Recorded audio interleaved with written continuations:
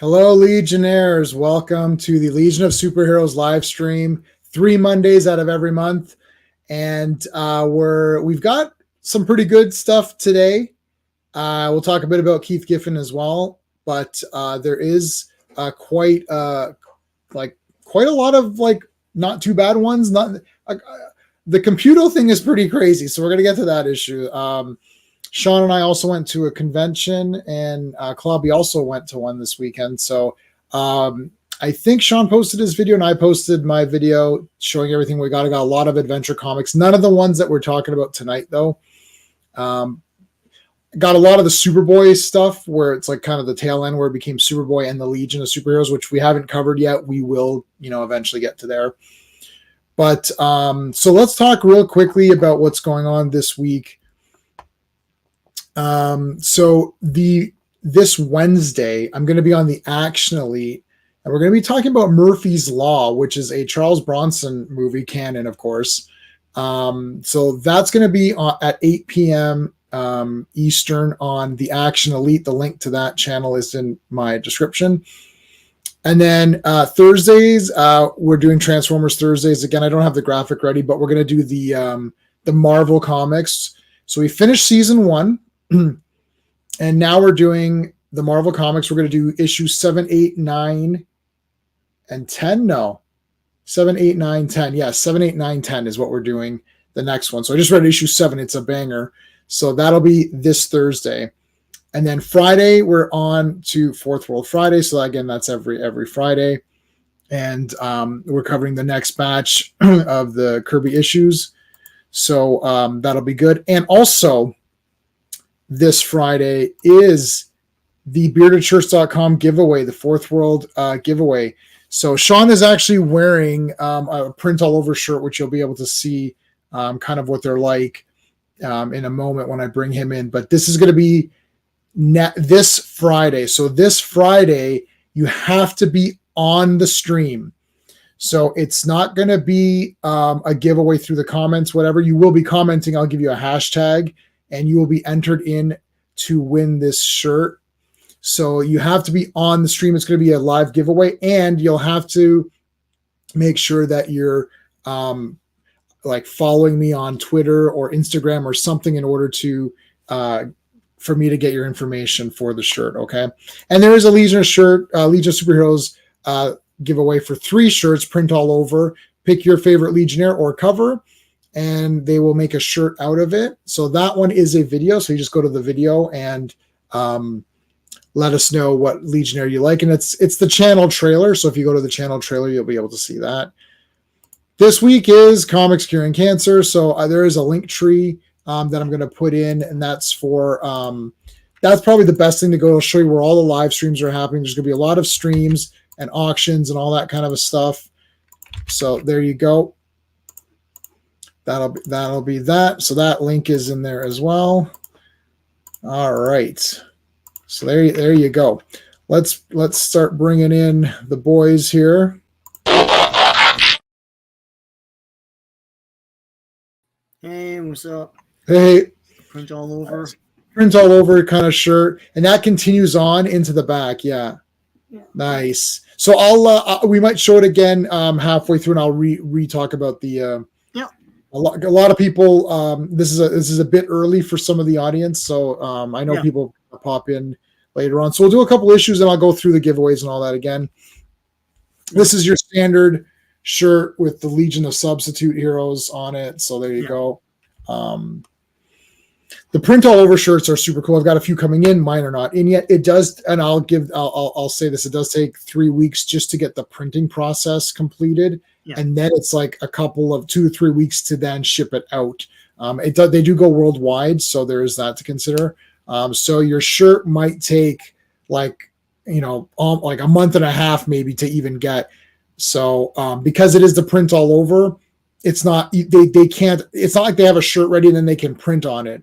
They actually have a shirt that's flattened out, like opened up and flattened, and they print the whole thing, and then they have to sew it up. Yeah. So so it's not just like so it's like extra steps, right? Yeah. All right, let's bring in Clobby. Well, hello, Mr. Fancy Pants. Hello, Mr. Fancy Sorry Pants. about that. Unmuted there. Sorry. Precaution. LLL, my friends, what's up? Hey, How you doing? Great to be here. we got FK. Hey. Yeah, FK. All right. What up? You go to a Lego convention. Wow. Awesome.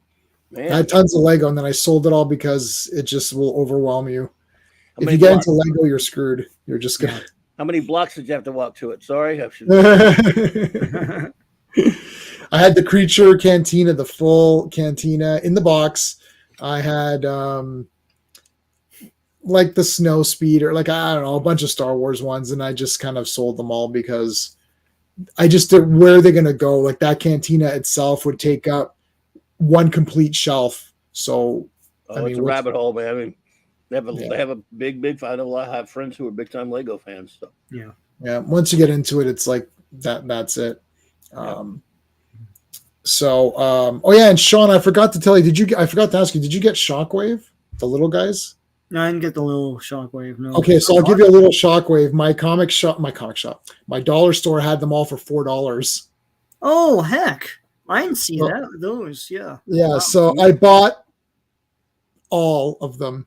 Yeah. I bought them all. I bought like 7 Shockwaves. Dollarama is our chain here, and it's becoming like Ollie's now. It's like brand name, big time toys. Yeah. Are like $4, $3, $5. It's nothing, Like all the big Pixar big boxes of like the characters from all their older movies. Those things were like $50 at the store, and now they're like $5 at the Dollarama. Wow, nice. Yeah, so and they had Ravage as well, but he didn't look very good to me. I don't know. Okay. He doesn't transform into a cassette. You could take him. I mean, if you want him, I can get him next time I go. Yeah. But I literally bought like 6 or 7 Shockwaves. I'm like, I'm just gonna buy them all, and they're good little giveaway gifts and stuff. Are those the ones in the bag or something, or is it? No, it's that box. Like box, yeah. I haven't seen those here yet. Some Dollaramas have different things. It's weird. Yeah, I mean, I don't know if you'll be able to see. Can you, that box? Yeah, right. That with the window. It's like it's cut out. Yeah. It's the official thing. Oh, those figures. Oh, transforms. God. No, it's what you have Ironhide. Yeah, they're coming to dollar stores now. Wow. Yeah, so you have Ironhide, right? Yeah. That's what I'm talking about. Oh God. I almost ordered Shockwave for $17 on Amazon, and I was going to get Thundercracker, and I was going to get a couple of other guys. Yeah. So like. Yeah. No, that's cool. Like I see a lot that there's Gundams and stuff, and sometimes I'm like, they're all cheap and you could get them all, but it's like then I'm like, I got restrained, man. It's like, whew. Oh no, you can't get into Gundam, and then you're screwed. You're really screwed right now I'm falling down. Every so often I'll fall down the Hot Wheels rabbit hole. So now I'm sort of down that Hot Wheels rabbit hole right now because you can get them at grocery stores, Dollarama, anywhere really. And I got the Batman. They're cheaper at Walmart. They're like $180. Here it's what $180 is cheap to us. And they're $2 at Dollarama. So it's like, oh, okay, I'll I got the Batman Batmobile. Yeah, I have it too. Yeah. It's like whatever. I have so many Batmobiles now because they have a whole section for Batmobiles, and then it's the other. Yes, stuff, right? They do have a Batman. I got the Batwoman one. With the twin engines or whatever. Yeah. So yeah. Yeah, I didn't get so many because then it's just like you're just going to be getting more and more. I know it's so easy. It's just a couple bucks, Yeah. All right, so we got so Keith Giffen. I'm trying to see if I can maybe share my screen or something. Sorry about that, guys. That's okay. Yeah, no worries. So let's let me see if I can share. Sorry, that's the comic we're doing. Hold on, let me. So just a search, like let's take a look at some of Keith's maybe Legion of Superheroes. If you notice, I my finger is. Oh wow! Hey, this is as much as I can bend it. Wow! Like like that. Like I can't bend more than this. So have to go every 2 weeks to the therapist and Exercising. Oh, wow. exercising it. I can do 3 centimeters away from my hand. Mm-hmm. It's like we're just trying to like. The next step will be like actually like forcing it. Yeah. Tendons are all messed up. That's what it is, and it feels pretty swollen. Yeah. Anyway, okay, so obviously we know that Keith Giffen passed away. This is the most. This is the one that like I've seen the most of. Yes. Yeah. I had that on a shirt. Now there's an all over shirt of that one. After I got the regular one. So the all over shirt is actually now this. Obviously, I did not predict this was going to happen, but it happened to be one of the shirts that I had picked as to showcase, because this is just a cover that even though I wasn't reading Legion of Superheroes and didn't know anything about Legion of Superheroes, I recognized this this cover. My Great Darkness Saga. Love it. Yeah. So that's a pretty. They've got a shirt. They've got a print all over shirt of this now too. By the way, that's the cover of the later. I have that hardcover. That's just a print of the second the first hardcover they did actually, because earlier it was just a trade paperback in the 80s and 90s. Right. And that is, I do believe, the first bigger deluxe type edition they did, which I have that. Okay. Yeah. So and this is also a shirt as well. Like bearded shirts have gone crazy. They've been really like pumping out these print all over shirts. Yeah. I don't know if they have this. That's number one of the Baxter series. Now that's gonna be tough to do. Yeah, that would be. Yeah. As I mentioned, I have that on my wall. The actual the poster of that, right? 4 foot the big long, one. Yeah, the 4 foot across poster. Yeah, this is the big one. 3.5 feet, I guess. Had it hanging on my wall since about 19. I looked for it for a while, and I just kind of gave it looking for the original trade paperback, which came out in the 80s. Of the Great Darkness Saga had a little fold out of it, but it was the size of the it folded out. It was nice, but it was the regular size. See down there's a picture of the cover of the first trade down here with Darkseid's face on it. Mm-hmm. And then worshiping him, the little purple background. So it came with that, but it was smaller. We put a poster out. I couldn't find it. And one day, I go to my friend Carl's shop. And I used to help him run it and work for him, stuff like that. But I wasn't working there at the time. But pop by and said, I've got something for you, you bastard. What? Somebody brought a whole bunch of stuff in and traded some stuff. Differently says, there ain't nobody in the world I want to have this but you. It's my good friend Carl Tupper, rest his soul, who ran that shop. It was that poster framed. It was a nice frame. Still to this day have that frame. Everywhere I've lived since 1991, I want to say. It's hung, of course, everywhere. Still have it, and it's still in great shape. Yeah. And I just adore it. And yes. One of my Legion freak nuts friends and I, we have at times pulled the thing off the wall and looked at it many years ago and played name the character. Awesome.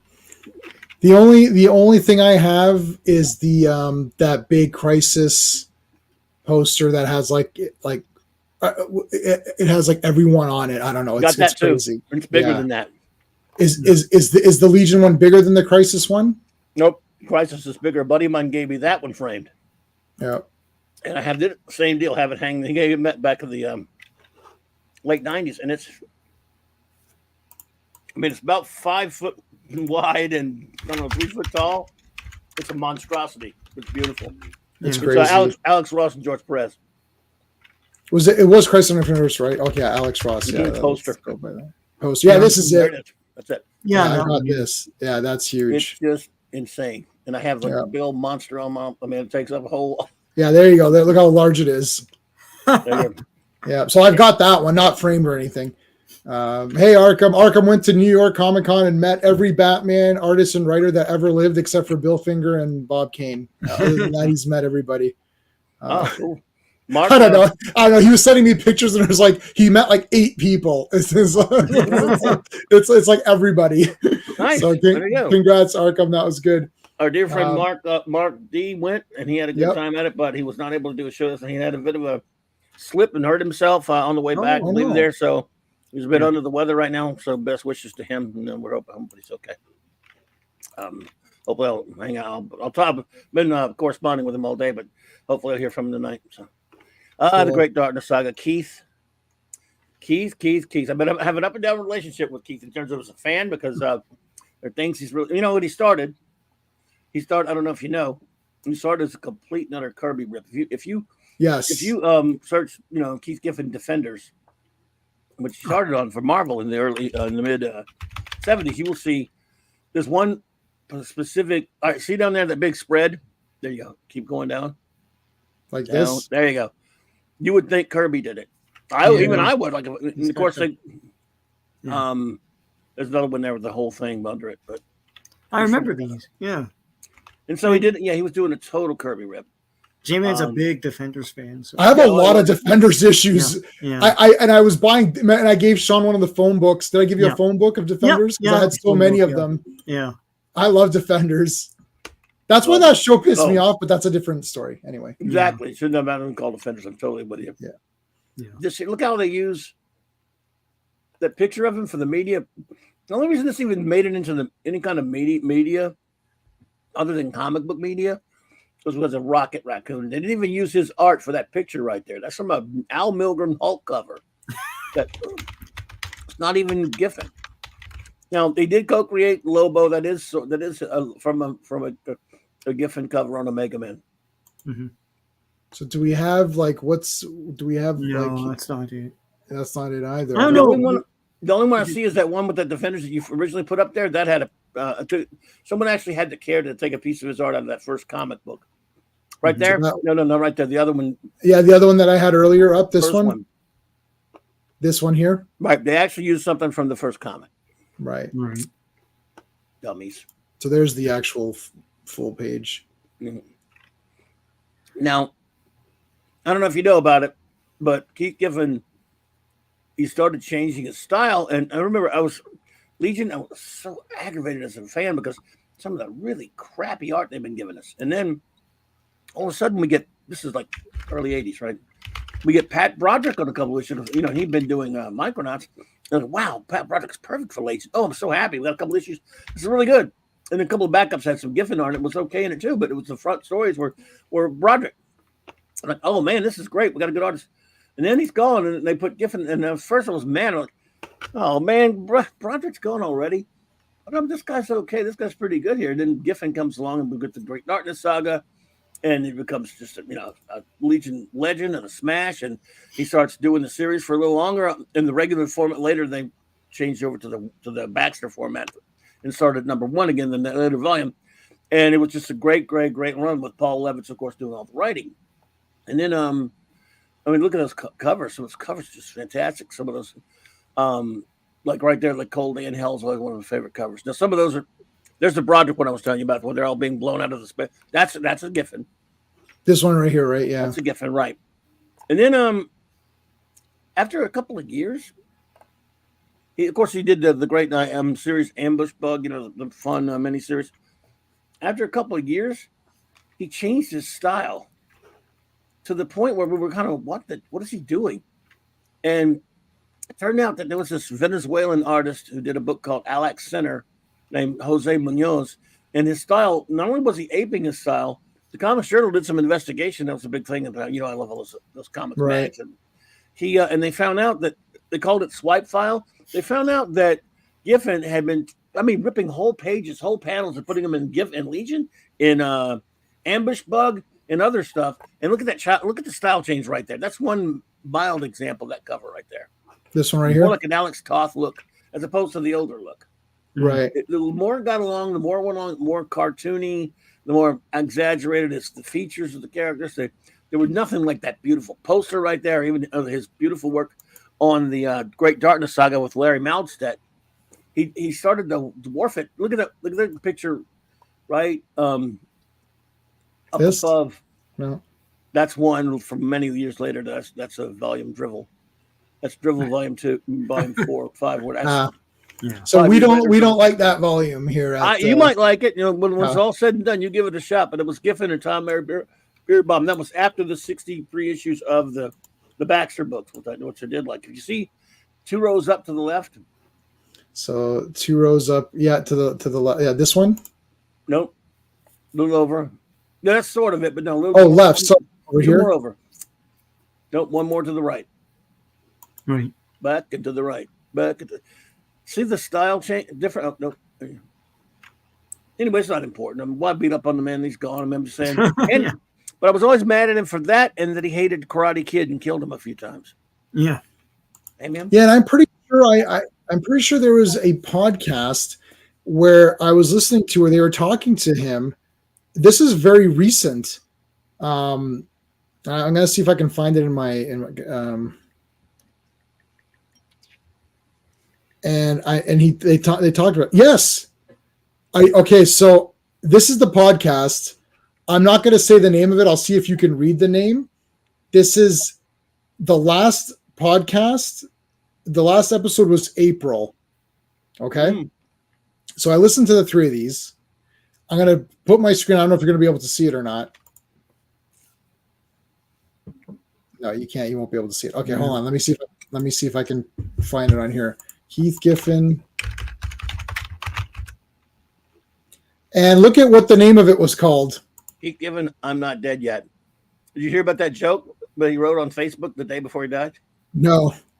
He said, basically, I'm not, he said, I mean, right before he died, right before it was announced, he said, he said, anything to get out of going to New York Comic Con. So I told him I'm sick, anything to get, wow. Wow, right, that's really crazy. On Facebook, he put it. Yeah. So, but anyway, great artist. Yep. Love a lot of his work. Love his great artist saga. It's a lot of his great Legion stuff. A lot of his Ambush Bug and his Defenders and just an extraordinary. A lot of people love a lot of his more modern work, like Annihilation and things like that. Oh, it's Justice League International. Again, things that he wrote that he didn't draw. Right. He was a co-writer on Justice League International with J.M.D. Mathias, with art by Kevin McGuire, which was huge in 1988, revitalizing the Justice League. Some loved. He co-wrote on Annihilation, which I wasn't my thing or anything, but it was brought back to Guardians of the Galaxy for a lot of people. So anyway, we better get started. I'm sorry, man. But tribute. No. Yeah. No, that's fine. Well, he did stuff for my buddy Rob, so he was up there with he was up there with Extreme Studios. He was in there doing stuff for Rob Liefeld. So there you go. Yep. Long live you in another life, sir. Keith Giffen, thank you for what you did, man. I got to say, I mean, he is my favorite Legion artist, and I love a lot of them. Oh no, Fanty.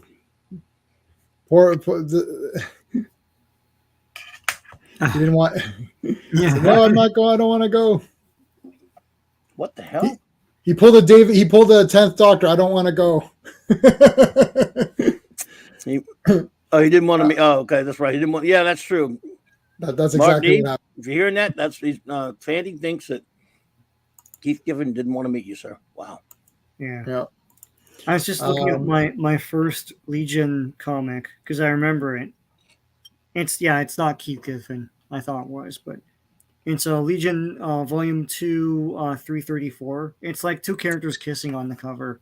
I was like, huh? I was in the hospital. My dad just bought a bunch of comics from the gift shop downstairs. And one of them was that. And I read through it, and I was like, I don't understand any of this. Like, it was 234? Sort of era. It was 86. So, yeah. I mean, what is yours again? It was 334. Yeah, that was a reprint at that time. It was Tales of the Legion. Yeah, is that what it's called? Yeah, Tales of the Legion of Superheroes. Mm-hmm. Yeah. At that point, after a while, after that show, it took over the normal run of the regular Legion book. Yeah. And it waited a year, and just like Teen Titans did, and then it started reprinting stuff over and over again in the newsstand book of Legion, called Tales of Legion, and the regular normal book, which is called Legion of Superheroes, had the new stuff in it. Yeah.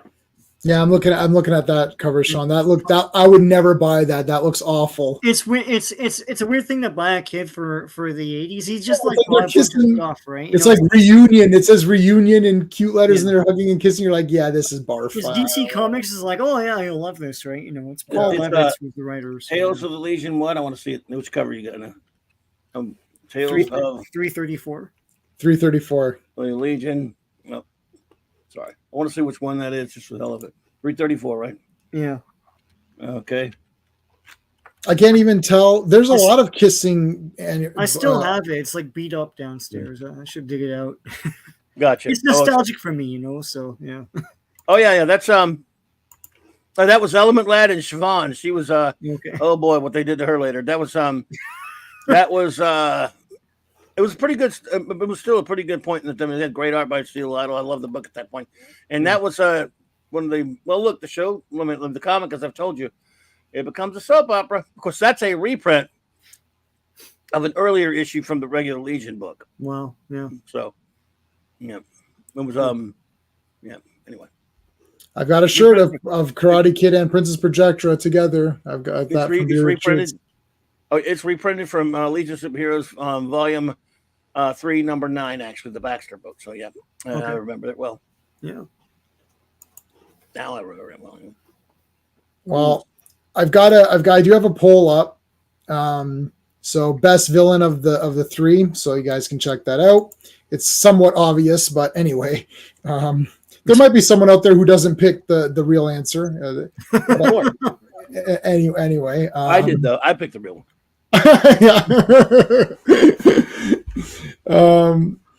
So I know what you're all thinking. You're thinking there hasn't been a Legion get transformed into babies for a while. We haven't seen a baby thing for a while, so I know everybody was anxious. Time for some Legion babies, man. Come on. Yeah, but thank God, or whoever. Well, you'll tell us who to thank in the credits in a second. Thank those people. Thank Morty. Thank everybody for bringing us the Legion of babies again. We're missing a baby. There's always a baby thing. I've been reading Superboy, and there's constant baby, super baby. What is it with babies? I mean, we all thought Muppet Babies started the whole trend, but like it just restarted. You're right. News, Yeah, it's true. Yeah. I love Light Lass here with her, like that was. I don't know what the hell she's doing. She's somehow making this coins. Oh yeah, the floating out of his hands. Right. Yeah. Right. All right. Well, who do we have to thank for this great issue of Adventure Comics number 338? Adventure Comics, Adventure Comics volume only, number 338, November 1965. The executive editor, Mort Weisinger. Cover artists, Kurt Swan and George Klein. Writer, the creator, Jerry Siegel. Pencilers, that stand-up kind of statuesque guy, John Forte, who also inked it.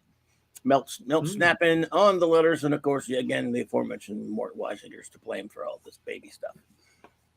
There we go. Now, if only Superboy could get through this time curtain, which comes and goes whenever they remember to put it in, and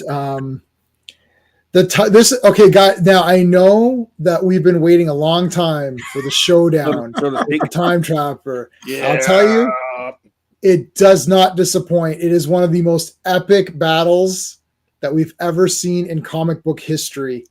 So get ready to go through this with us, guys. If you're just joining us right now, you're in for a super treat.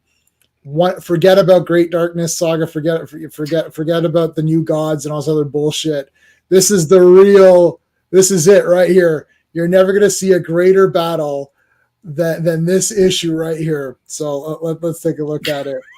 And you knew you're in for a treat because this guy's kind of crouching, so he's not even standing straight. So you know that our buddy Forte is going to go. Yeah, not going to disappoint. Why does he look like Luther? If I were a kid, I might think, hey, is Luther in this? He's bald. Yeah, that is true. All right.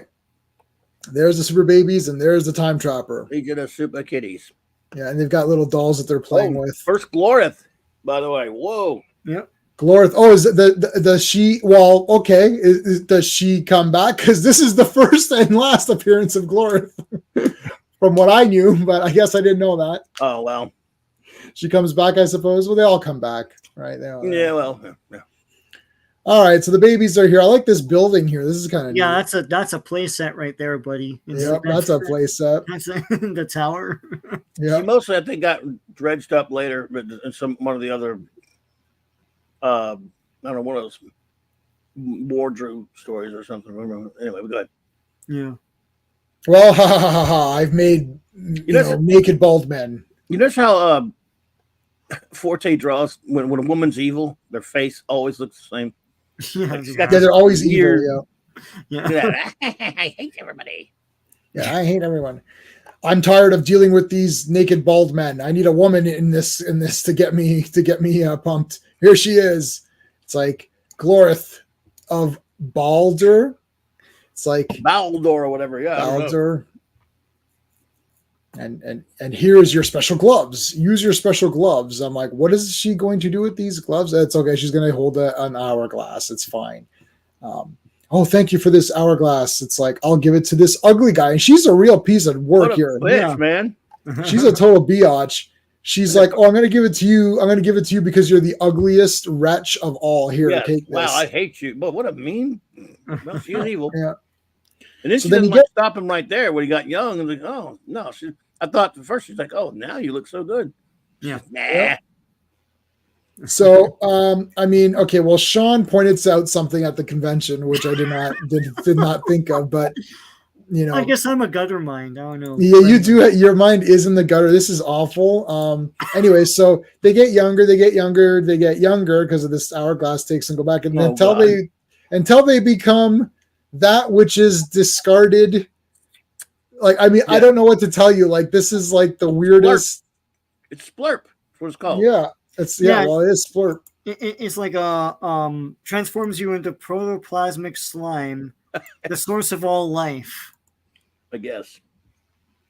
And I told Jay, man, it looks like it does look like the protoplasmic slime of life. It really does. Mm-hmm. I don't know if they were like laughing about this or what was going on, but yeah. Oh God, they were so laughing about it. In the Brigadier.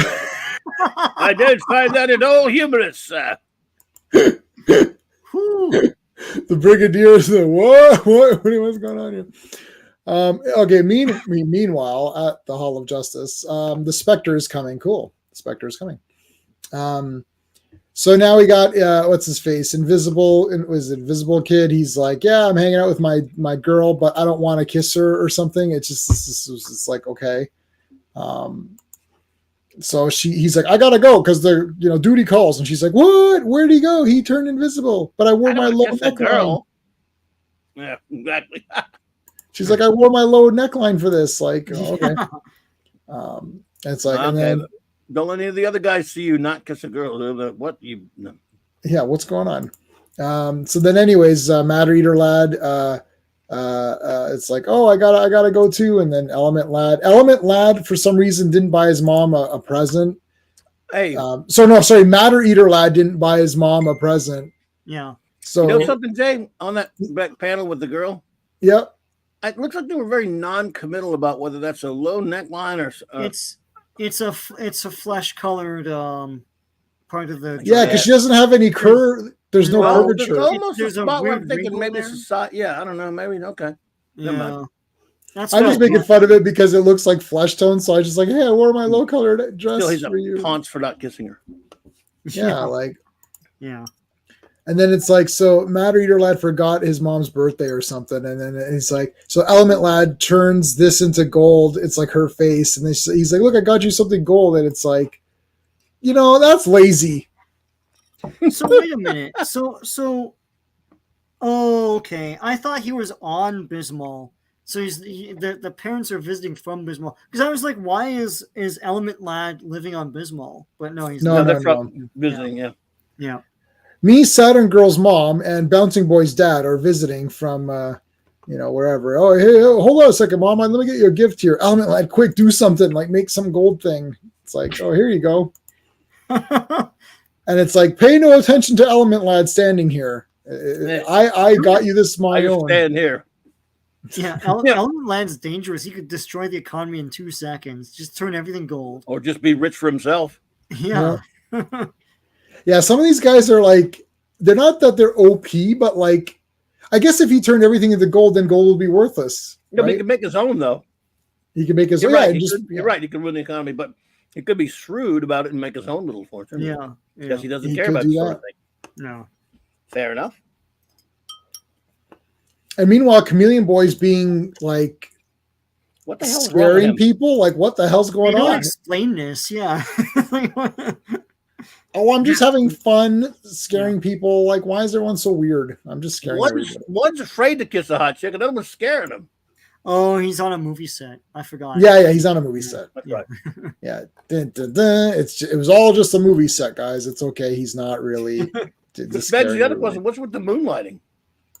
Yeah, Yeah. They're not paying enough at the Legion Club. yeah. This Legion of Superheroes is like I didn't get a check this week, and then and they start talking. It's like, have you gotten paid? No, I haven't got. Excuse me, Brainiac 5. You're the new leader. Sorry, talk to the old leader. She handled all the paychecks, and then they go. Wait, they're supposed to pay us? We're not getting paid for this, are we? It's like, no, it's volunteer. You got room and board. Well, it means you can sleep at the table or something. Yeah. Like, what else do you want? You can stand up. You can stand here all day in the clubhouse. You can stand outside all day. Whatever. Like, they let you stand wherever you want.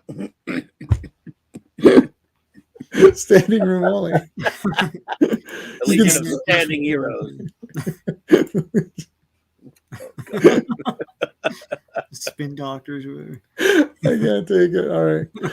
Okay, guys. We've been standing here for a while. Dismissed. Okay, thank you. That's an amusement park, by the way. I want you to know. Let's go to this amusement park. Yeah, because that's what they're. Yeah, whenever you go to an amusement park, they're just called amusement It always says, "You guys, let's go to the amusement park." You know that? Which one? That one in Florida. What's one? The amusement park one. Yeah, it's called amusement Six park. Flags Over Metropolis or something. It's called amusement park. I would just name one amusement park. See what happens. Remember the Jolly Green Giants and the Shitty Beetles from? So it's not just a clever name. Yeah. Goes, are they any good? They suck. So it's not just a clever name. Oh shit. So it's not just a clever name. Oh my god. Yeah. So like, okay. So I don't know why I thought of that. Welcome. I'm wearing very provocative gloves and showing a lot of skin. And the boys like, whoa, we gotta get in there. One little girl will stand. I mean, they're not like guys at all. They're not like teenagers like at all. Like 18-year-olds would react to woo woo. None of that stuff. There's like the whole business. Oh, she's pretty. Let's get her. Let's get in there. And Chameleon Boy's like, hold on a second, guys. Should we really be doing this? It's like, yes, we should. Go. And they go run in, and then boom, she nails them with this the Iron Curtain of Time. And then he tells them the chick wasn't bluffing. She wasn't bluffing. Now, he wasn't bluffing. He ain't bluffing. Oh, here we go. Oh my goodness. Look, they're all triplicate girl. Yeah. What? How's that happen now? Look at her face. Now we get to stand around as kids. Yeah. Now I will turn you into children where you will stand and right be shorter. No, they go on this thing, which is great. Yeah. Okay. I like how she comments their clothes shrank, by the way. Good. Yeah, she makes a comment as to why their clothes shrank because of reasons. There's molecular structures in the alloys and compositions and things with molecular structures and the primitive intellect can't grasp things like molecular structures and yeah, I don't. The fountain of 1,000 chemicals. It's an attraction at this amusement park. Right. It sprays chemicals on everyone. Right. So it's like Space Mountain. No, how about the Pirates of the Caribbean? Nah. Go look at the 1,000 chemical. Mommy, Daddy, I want to be sprayed with chemicals. Run away, Jimmy. I want to be sprayed too. Like, what the hell? Yeah, you should have been. Look at the line out the door for the chemical thingy. Yeah, that's great. Wait, I love the kids line service as well. Yeah. Yeah. The kids immediately went to being dumb. Like, it's like, did they lose intelligence as well? Like, why did they talk me and this and stuff? Yeah, like, I don't know. Oh, Phantom. Oh, I know Fanty. I know he made the statue. I know he made the statue, and the guy just turned it gold. Yeah, but Fanty, I'm still calling him lazy. He could have made it out of gold. Right. Tell me this, Fanty. Why when they come babies and they talk like Bizarro? Me am this and me am that. Yeah, they're all dumb kids all of a sudden. Isn't the educational system better in the 30th century? One would think. Yeah. It's like, okay, so I'm gonna watch this chemical thing, and then he's like, I've got to go to the bathroom. So this is the the 30th century porta potty. I wonder what kind of merch they have on the chemical thing at the gift shop. Yeah. Meanwhile, they're fighting dinosaurs here. It's like great blazing guns. Civilization's been destroyed by a nuclear war. Well, that sucks. It's like okay, That's a these shame. creatures are. Yeah. What do you want me to do about it, Brainy? Yeah. Like I don't know. All right, we'll punch these monsters. It's like, We can punch monsters over it. Yeah, that'll help. When you got nothing better to do, punch monsters. These guys are like, we just wanted you to kind of help us out a little bit. We didn't think you were going to throw these monsters and like beat the crap out of them. You guys got any like saltines or something? Yeah, and then it's like, oh, back into the time bubble, Superboy. The time scope reveals something disastrous. Well, what about this thing? This is pretty disastrous too. These creatures are eating everybody. That's not great. That's the future. It's the far Something future. disastrous. What? Cop rock? Yeah. So he finished his potty. So he comes out. He's like, I'm feeling much better now. Ha ha ha. And it's like, and he's like watching the kids play. He's like, look, they're playing. This is great. And then they can't. The time trapper sent that SOS to decoy us into the future. Look at the time scope. All right, got a bunch of that. At least they have a sense of humor. They're laughing. Look, I've got a train for you, my Uncle Time Trapper. Wow, you're the best, Ultra Boy. So the Time Trapper is back to kick the tails of the Legion of Superheroes. Yeah, Saturn Girl, the only smart one. It's like, I sense that you're a piece of trash. It's him like, and Bad Man. Yeah, him and Bad Man. Or wouldn't she just go Bad Man? Bad Man? Yeah, Bad Man. That would be fair, but him and Bad Man? Him and Bad Man? Him and Bad Man? And then he goes to kick him. He tried to kick Invisible Boy in the butt. Yeah. I think he does, doesn't he? Yeah. It's like a little lines or yeah, he's kicking him in the ass. Hey, you're a bad man, you piece of trash, and then I'm gonna turn invisible. You darn kids, you little brats, go do crimes for me. Yeah. I'm gonna turn into a creepy jack-o'-lantern. It's like, whoa, okay. He tries to smash the pumpkin. Yeah, so it's super evil. Yeah. Yeah, it's like, haha, first I turned into this thing to make fun of you, you bastard. Now I'm going to turn into a pumpkin. Well, I'm going to smash you. He's actually sad. Look, the pumpkin became sad. Yes. And then it became happy when she saved him. I like Light Lass. She's very cute. I feel that she's like, the girls are cute. Like Saturn Girl's like, oh no. But Light Lass is super cute. And she's like, no, I'll move my hands up. Way. And then this woman's like, man, these kids are irritating. It's like, Time Trapper, these kids are super irritating. What are we gonna do about them? Well, we'll give them piggy banks so they can collect all their savings. Why does Time Trapper need money? Yeah, I don't know. Why does it? I thought. Never mind. It's like, yeah, it's a post-apocalyptic future, and he has an awesome monster building. I don't know when he needs money. Because he's a criminal and he's got to steal money and shit. It's those dinosaurs. They demand their freaking weekly shakedown, right? So, right. I like how they just don't even. They don't think these are like little kids. They go, these Legionnaires have been transformed into criminal babies. Yep. Yeah. How do you know? Did you see it happen? I mean, it could be just a bunch of kids dressed up. Yeah, that's true. Yeah, how do they know? Yeah, that's they're right. flying, but fair enough, I guess. But this is it's the 30th century, so. So the Pigor things, are they like real animals that they think are piggy banks, or I don't know what's going on here? Like, I don't know, because I didn't get what was going on. Yeah, yeah, make my Pigor roar. Yeah. So, anyways, they rob a bank. Yep. Rob that bank. So they robbed the bank. Everyone's like, "Well, we can't do it. Look at this guy with this big weapon here." It's like, shoot him! Yeah, shoot those robbers. No, you get. Sire, you're magnificent. It's like, oh yeah, wait till you see wait till you see later in this comic. Yeah, I wouldn't be saying shit to me right now. You get a load of me. It's like, oh, I like this one. Good, go steal it, Ultra Boy. Okay. It's just like so random. Like, what does he get? Like, what's Time Trapper going to do with it, anyways?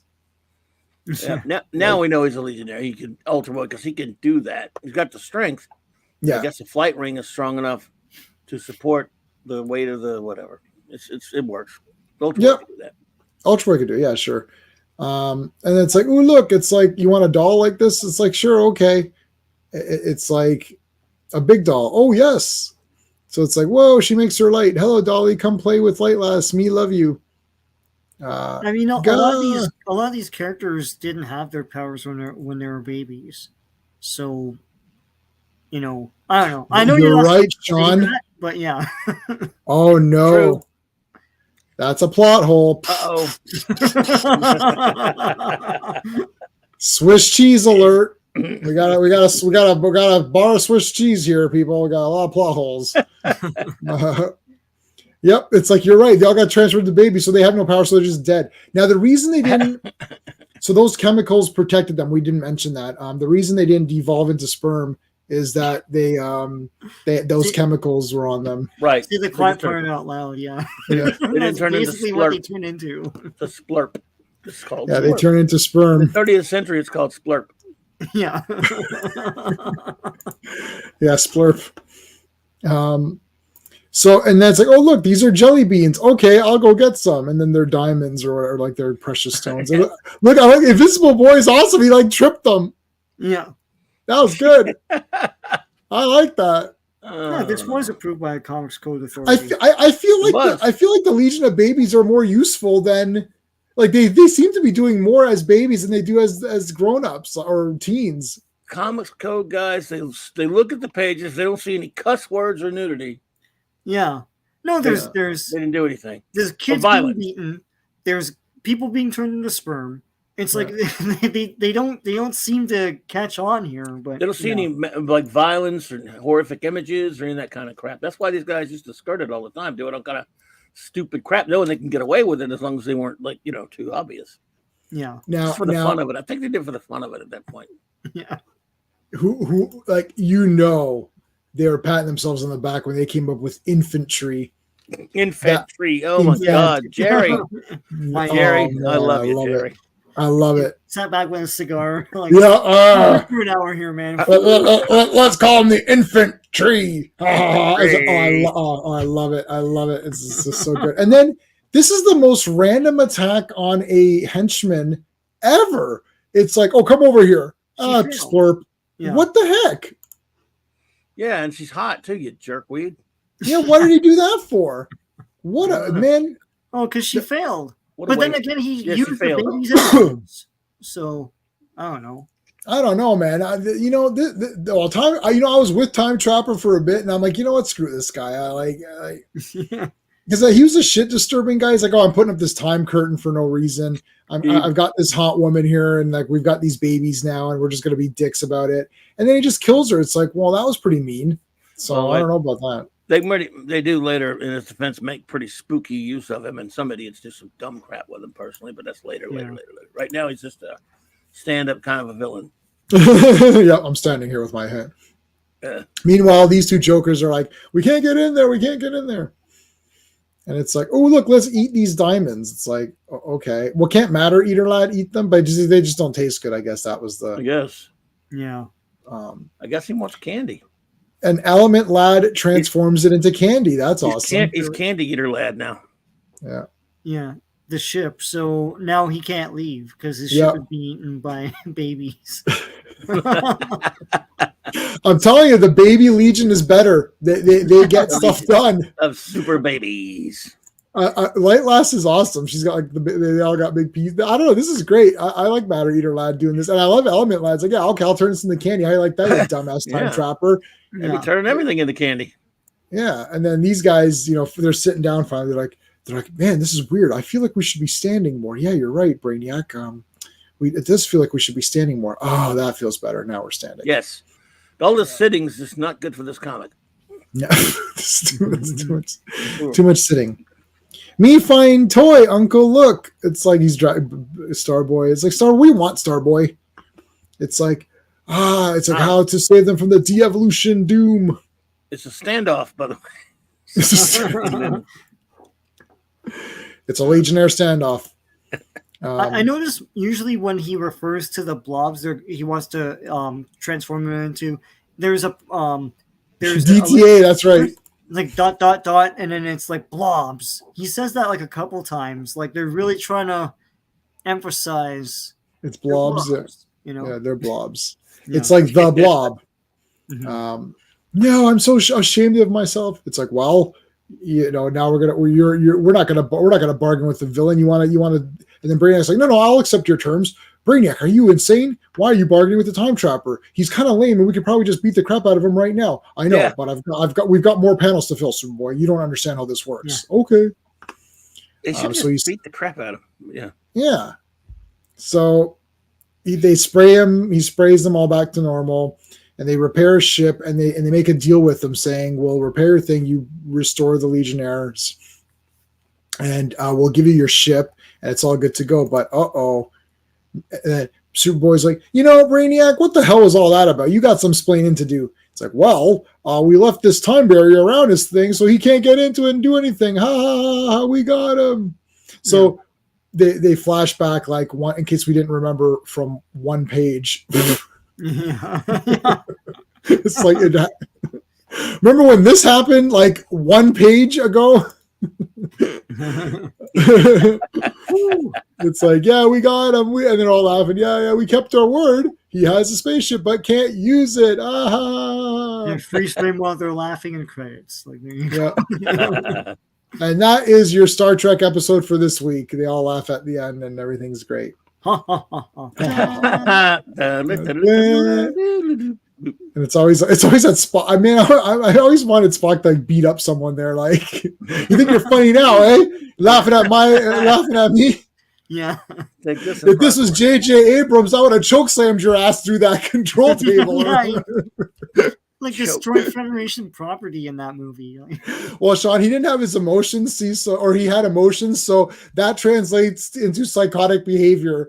So, like, even if Spock did have had emotions, he wouldn't behave like a psychotic person because Starfleet officers don't do that. Yeah, Vulcans have emotions; they just suppress them. They suppress them, right? Right. Yeah. Not like strangled worms, where it just has no control at all. But it's not. Oh my god! It's not Trek, so. Yeah. Oh god. Superboy, classic tale, love it. I bought a shit ton of Superboys, I'll tell you that much. Oh, this would have been a good one to use for my Superboy. You did. So I turned my Superboy. Oh, thank you. I turned my Superboy into a video that's just silent because I don't want to have problems with Sean. Sean, and Steve did a radio show. We did 5 episodes. It was on YouTube forever. It was fine. And I just re-uploaded it, and I got tagged because I did some more art. I fixed up some of the art on it. And I got tagged for like some kind of something. I'm like, I'll just take it down. It sucks because I thought we did really good on those pictures. Just for pictures? No, this was a radio show that I did. It's a character that I have called Strong Arm. He's like a guy who lost his arm. I remember you telling me about that. Yeah. Yeah, and then we did the voices, and I put it up there on YouTube, and it was up there forever. Like it was there forever. Yeah. It was a lot of work because each one of us we recorded our lines separately. So it's like a big finished production, right? But we all recorded our lines separately. Then Sean and Steve emailed me their lines, and I had to make it so that like we're all talking at the same time, putting it over. It took a long time. It took me like a couple of weeks per episode to edit those together. And they just and they were up on YouTube forever. And then now it's like, oh yeah, you can't have them up. You could, it'll just be like, it's not a strike, I guess. It's just like a copyright thing. So I could have it up technically, but why is it like sound effects or something was the, yeah, but the sound effects weren't causing that before. And I cannot go back and edit out the sound effects. It's impossible.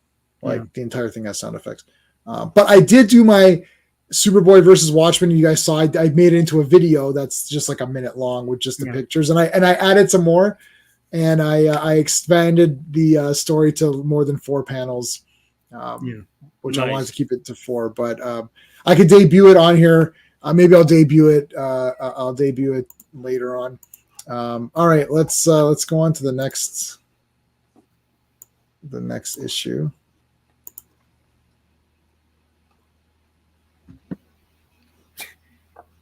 All right, so what did I we're like way past here. Hold on.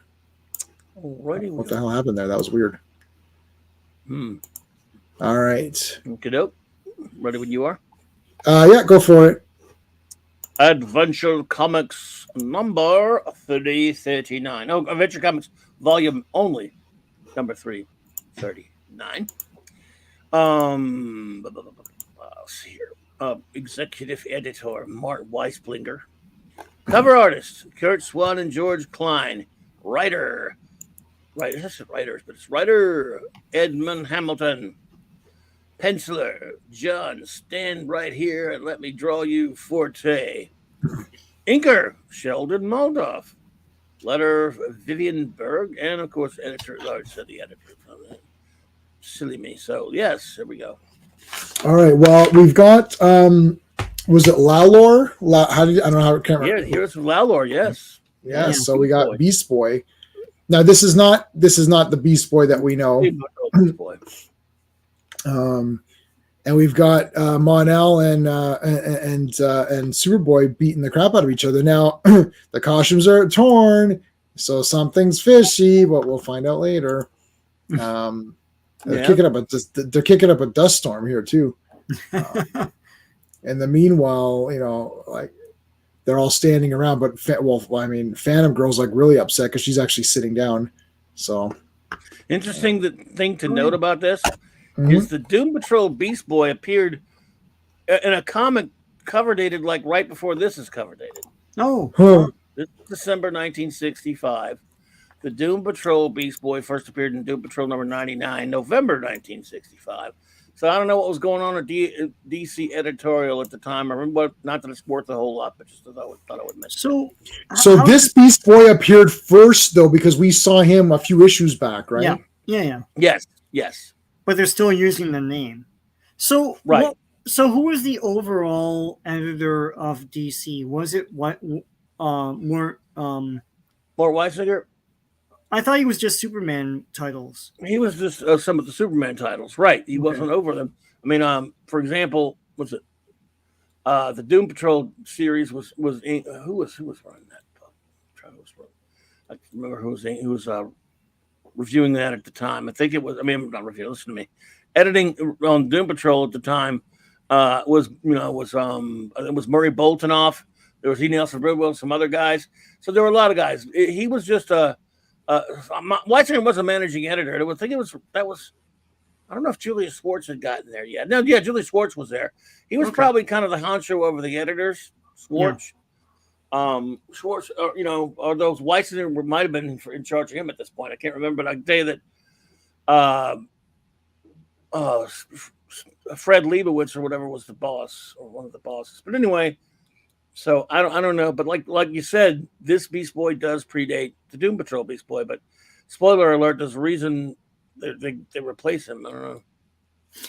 Yeah, well, it's not gonna matter anyway. Right. All right, so this is the second cover basically. We've got these monsters who are like trying to attack.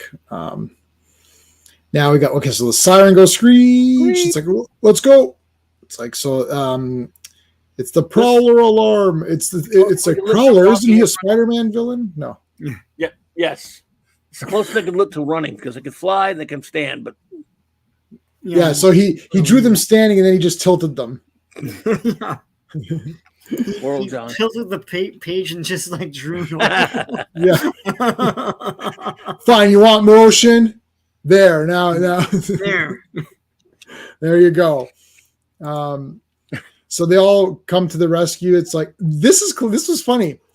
Invisible Boy turns invisible, and Chameleon Boy turns himself to look like Invisible Boy, so that people won't think that Invisible Boy. Yeah, pretty cool. I thought that was pretty neat. Yeah, I like that. It's like, weird. Yeah, that was good. Well, that was just a test of the emergency broadcast system. What do you think? What do you think happened?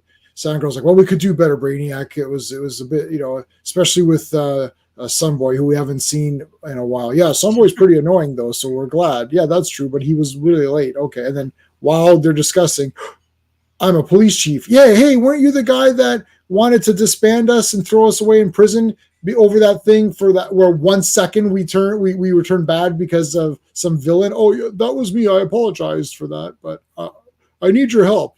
And Brainiac's thinking, screw you, buddy. It's like, anyway. Go to this planet where these hunters are upset that the animals are like fighting back. Like, I mean, Dude, I don't you know if signed up you're. for this. Yeah. It's Yeah, like, it's like I was just gonna say, like I don't understand. You want them to not fight back, so what are you hunting? It's like you just go there and shoot them and leave. Like, it seems like they're intelligent. Well, tough ass, man. It's like Hell with them. yeah, you want to hunt? Go hunt, man. Now they're dog more will hunt. challenging. It's like, Yeah, And- dog will hunt. yeah, dog will Well, it was hunt. 1965. Yeah. It's so weird. It's like, are you trying to get me on their side? I don't understand. It's like, Yes. so you want to go to a planet where the animals are docile and just do nothing, and you just come and shoot them or capture them and be like, well, now they're fighting back. This sucks. It's like, Legion, do something. It's like You got me. This ain't Star Trek, boys. yeah. that, Maybe it is. this, I don't even, well, no, this is like new Star Trek. It's like, yeah, Well, those it's are zero the prime directive here. It's like it's a whole No. other planet with its own ecosystem. What are you doing? Like you're just killing all these animals. Like Yep, there's no Yeah. Legion Constitution yet. yeah. Look, we'll just stand here in this last panel and listen. Yeah, it's like, okay, all of you stand here while They're I standing at point. attention. I do love the pointing though. That's another trope of That's how it Yes. is. Yeah, it's always pointing. It's They like- point at each other. They're so rude. You go there. It's yeah, before Spider-Man. Yeah. Superboy's like, I don't know about this whole thing. Like, we're hunting these animals. Like, oh, anyway. So here's these giant bugs. Yeah, they're ugly. So why don't we capture them? Okay, I'll go. here we'll capture this thing too. I love this silly turtle gator thingy. Yeah, Yeah. yeah. And he turns them on its back, but it's got rollers. Can't it roll back? One would think it could roll. What's It would round? roll. Yeah. Yeah, like you can't put it on your back. Yeah. They call him. It's like- They likened it to a turtle. Hey, Phantom Girl, I'm going to point with my good hand, but later on I'll point with my other hand just to show that it's different. Oh, that's a good idea, Lightning Boy or Lightning Lad. So I'll walk through them. Like, okay, that's weird. Yeah. Maybe we can piss them off if I walk through them. I'll hide over here. Good idea. Now it starts blasting. Damn it. Listen, just because we came here and destroyed your ecosystem and let these hunters kill you and then walked through you doesn't mean you have to be angry about it. Yeah. Monsters. It's like, okay, I'm going to stand here and look down. Fine, I'll do a dynamic pose. It's like, look around us.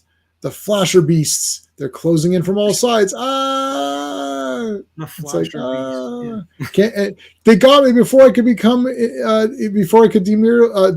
dematerialize. Well, then dematerialize now. yeah. Like, they could get you. Maybe they hit you once because you weren't ready, but now you're ready. No. Well, Superboy's gonna come in for the save anyways. Because Of like, why course. have these other guys? Yep. It's like Superboy's here. We got him. That's Superboy's ridiculous like, animal. Right? Look at that animal. Yeah. I'm Oh. carrying this Like, animal A around. unicorn elephant or something. It's Yeah, a it's like- two-headed unicorn elephant. Yeah. Yeah, Torque. Two-headed it's torque. a two-horned, two-headed People eater. elephant creature. I don't know if we can try to make It has no butt though. Like its head is. No, where's the? Yeah, I don't even want to know. You know, There you go. They were just Not trapping them. Yeah, Okay, but still, they were more gatherers than hunters. They were gathering. But they did call them hunters, though. They call them in the story. hunters. No, I know they call In them the story, hunters. they call them hunters, Fanty. What are you gonna do? Yeah, they do call them hunters. But okay, it's like, well, thanks, Superboy, for saving us. Well, of course, that's why I'm in this comic. All right, we've captured a bunch of them. Let's run some tests. Yes, let's run some tests. Which one of you is a? Never mind. The Who's hunters are like, smart? oh, We're not smart. We're animals, idiots. You guys are dumb. uh-oh, the animals are getting pissed off at us. What are we gonna do? Spam It's like- play. yeah, Hey, they seem intelligent and planned. So they're like, "What the Yeah. hell is this?" And they go back to the one animal they trapped, and it's like, "Oh, it's escaped." Right, so- like, yeah, like realistically, once you start to find out that there's some intelligence to them or they're doing some sort of tactical moves, Yeah. then you would have to be like, okay, we need to adjust our thinking here. Maybe these animals are intelligent. We shouldn't be just rounding them up, and Yeah. capturing them and stuff. There needs to be something else going on. What should we do at this point? Well, they do think of Lalor. Yeah, So they they see do. the human prints and they're like, okay, well, maybe it's a Beast Boy from Lalor. Yeah, so they actually deduce stuff here, so that's pretty good. Yeah. So basically, they save the scientists guys. Like, look, these guys, look, I'm pointing. It's like I pointed first. I was the first to point in this issue. Okay, fine, I'll point now. It's like, let's follow these tracks. So it's like, it's like they've turned into humans. Well, wait a minute. Who else could do that? It's Chameleon Boy. Wait a minute. You always blame me for stuff just because I'm not a humanoid. You blamed me last time for something I didn't do it. I'm constantly ridiculed in this team. It's like, quiet, Chameleon Boy. We let you. He was Starfinger. That was the Starfinger. Yeah. You accuse me of being Starfinger. It's like, shut up, Chameleon Boy. We're talking. Starfinger attacked his friends, and there's a thought bubble where he's like, phew, good thing he's here and I'm here too. Now everyone will know I'm not Starfinger. It's like, that's your first concern? Yes. Yeah. They were, see, they did a weird stuff with them at the labs. Yeah. Meanwhile, at the laboratory, it's like, okay. Forte tilted the paint so he could draw Superboy flying. Yes. right. Good job. I can stand when I fly. It's like, hey, I remember. Fly from the standing position. Yeah. I remember the Heroes of Lalor. Right. Let me use my super speed and go check it out. Hey, Joe Dog, what's going on? Joe Dog. I'll go to Lalor and ask him. Yeah. So he does. Hey, Lalorian people. Yes. It's like, are you guys being weird here on this planet? Is there some bullshit going on? Why not at all? Except for the fact that Beast Boy feels like trash and he hates everyone. And everyone hates him. And everyone hates him for no reason. There's no goddamn reason. Everyone else is monstrous as well. And he looks like a normal dude. I mean, he's a big, he's normal. He's a hero. He helped save the planet. Nobody, just because he can change into stuff. So what? The game's about to show, Joe. But good. Are you a Cowboys fan, Joe Dog? I sense you must be.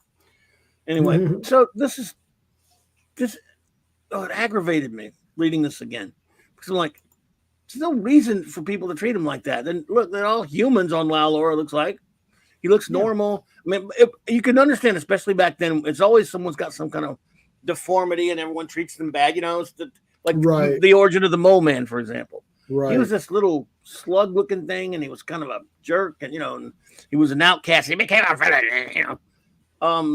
People get turned into monsters. They get bitter, and they become.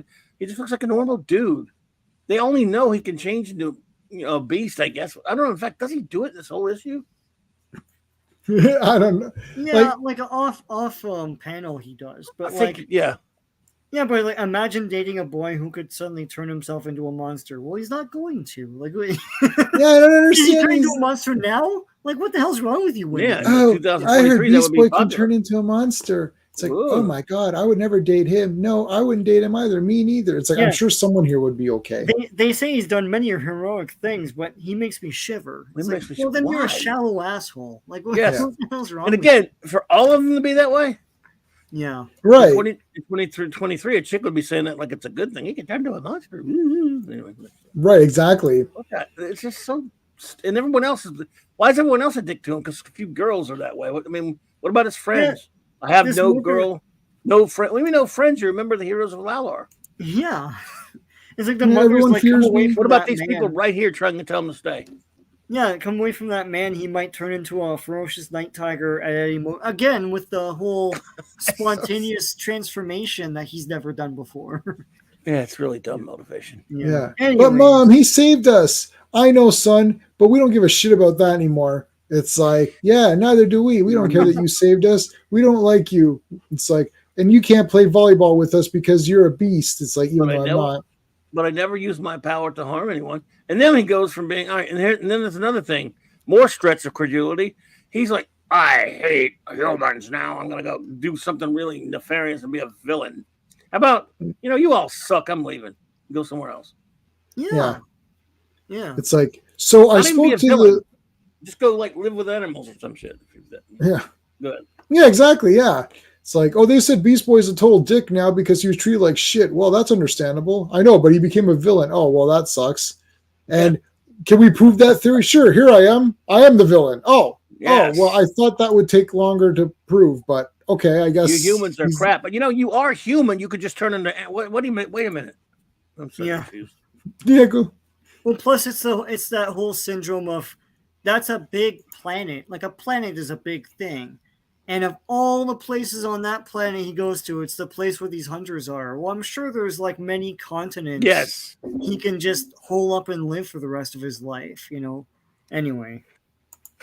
Well, I was here and this is the end of part 1, and I like these 8 people with multiple arms. Yeah. Yes. Spider apes. So he can change. Just now, I forgot about him. He can only change his body. The face stays. Yeah, you can change the whole thing. The whole thing. Okay.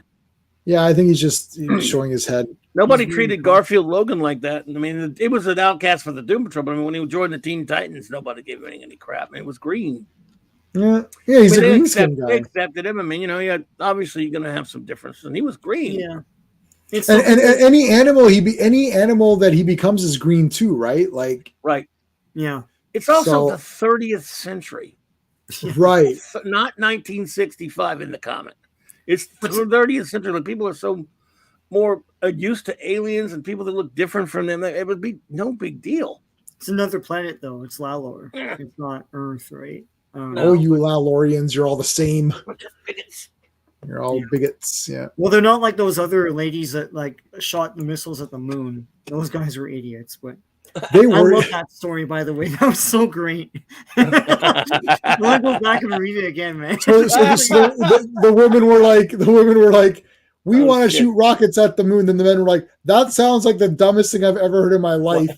That sounds dangerous. And then they ban the men for saying that, and then they destroy the moon, and the moon comes down on them. Oopsies. Did you guys? I don't know.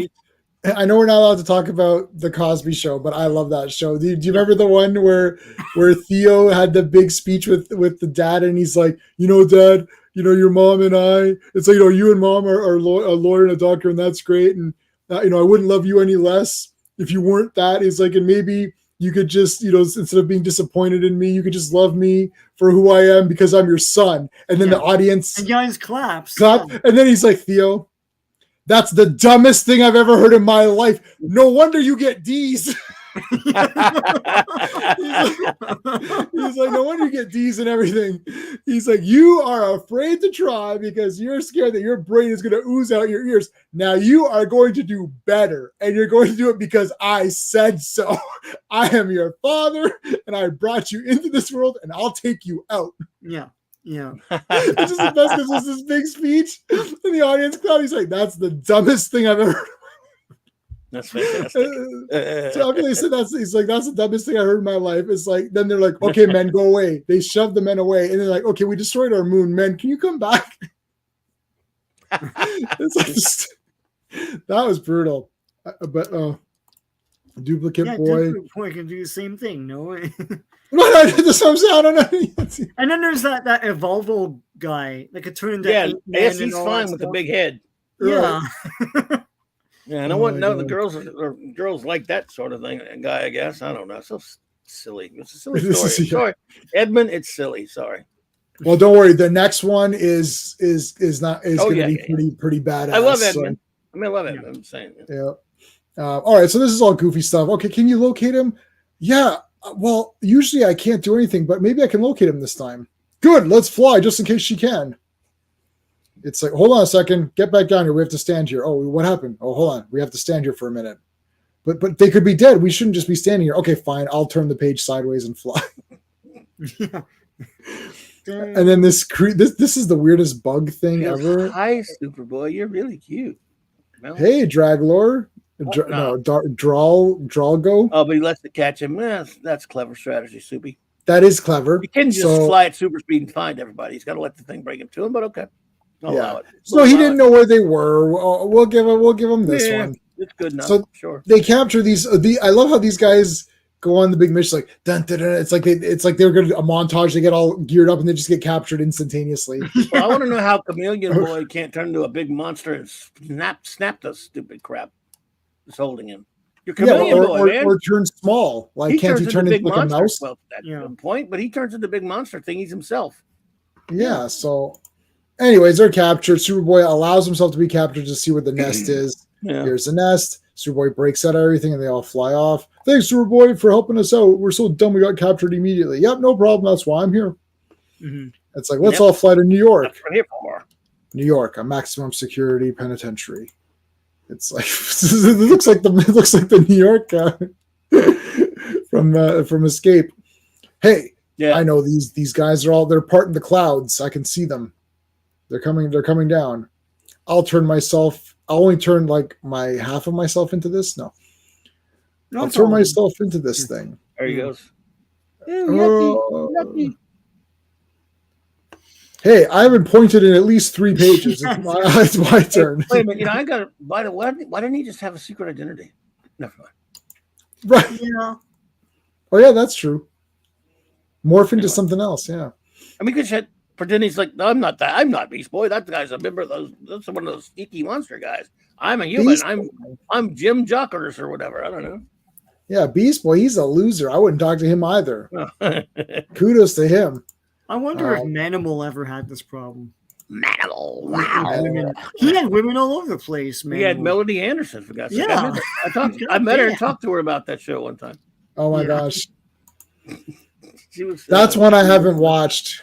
Oh no, it's that's one I haven't gone back to watch. It didn't last long, but it's infamous now. But it's like Automan. It's like I love Automan. I did watch. It's cool, yeah. I did watch Automan. Automan's funnier somehow. Animal's funny, but he just it'll change into I don't know, some magical hocus pocus, because they'll just use some stock footage for the animal shots to come back and his clothes are back and all that crap, I guess. Yeah. I do like when clothes return and stuff like that. I think so, if I'm remembering right. It's been a while, but I remember that good actor. The guy was a good actor. But anyway, Simon McCorkindale. All right, I'm good. I haven't pointed in so long that I'm going to point twice on this page, here and here. Pointy time. We have 2 pointy panels, folks. And then this guy's like, "Oh yeah, you think you can point as good as I can? Look at that! I'm doing a sideways point." Look over there, standing people. Well, I'm going to point up. I'll point again at Brainiac 5 and Chameleon Boy, whichever. Yeah, I'm going to point up. How you like that shit? He's like, damn it, you've outpointed me. I'm leaving. Giving him some pointers. It's a point off. It's like, Hunter and Green, you have been outpointed. Please, I have to ask you to leave the planet. Okay, thank you. I've been outpointed. That's fair point, Fanty.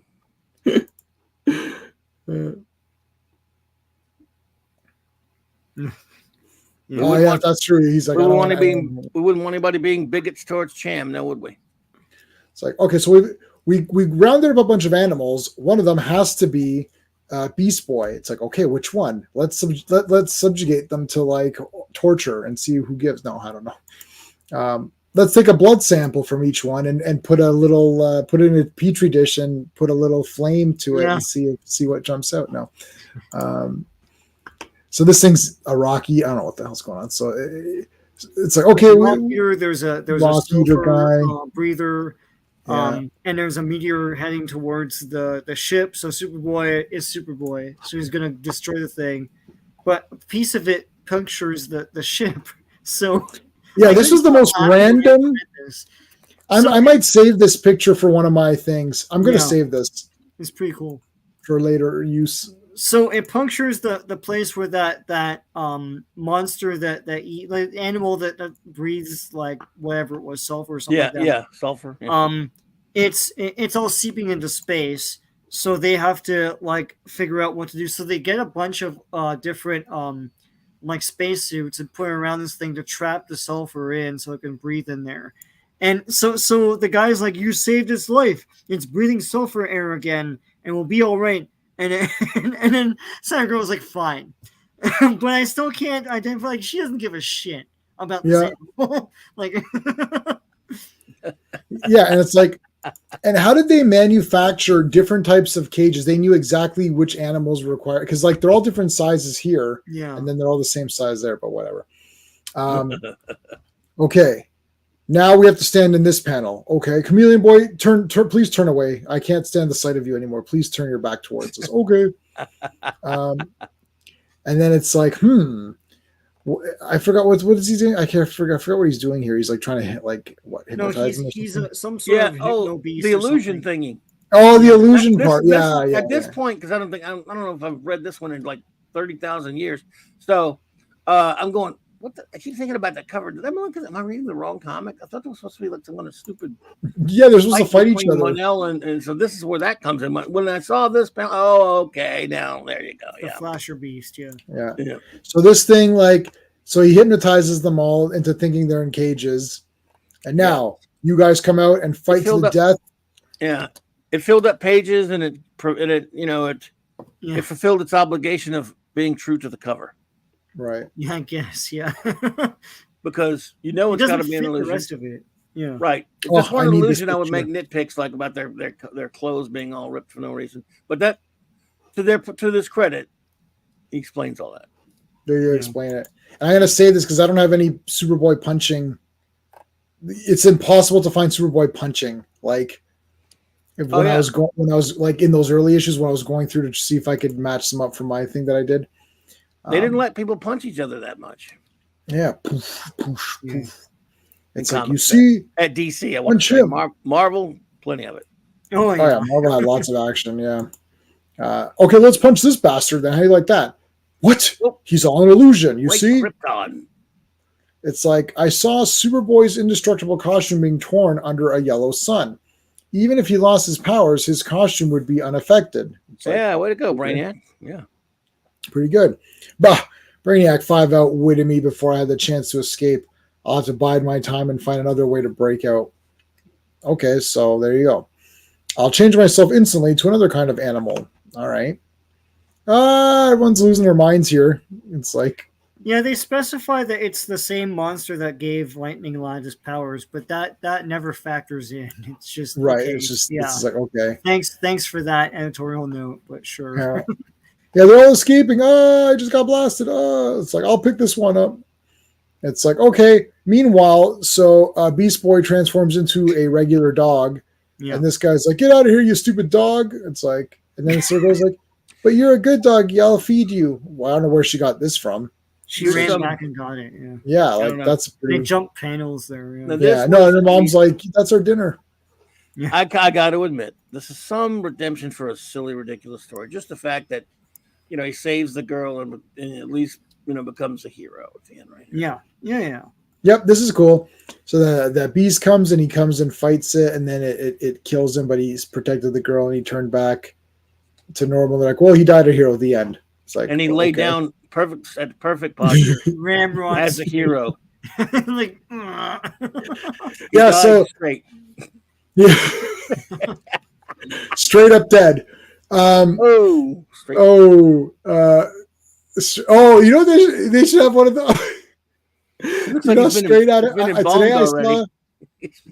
I saw a bumper sticker straight out of Krypton today. Yeah. And they should do straight out of Forte. Yeah, straight. It looks like he's been embalmed already.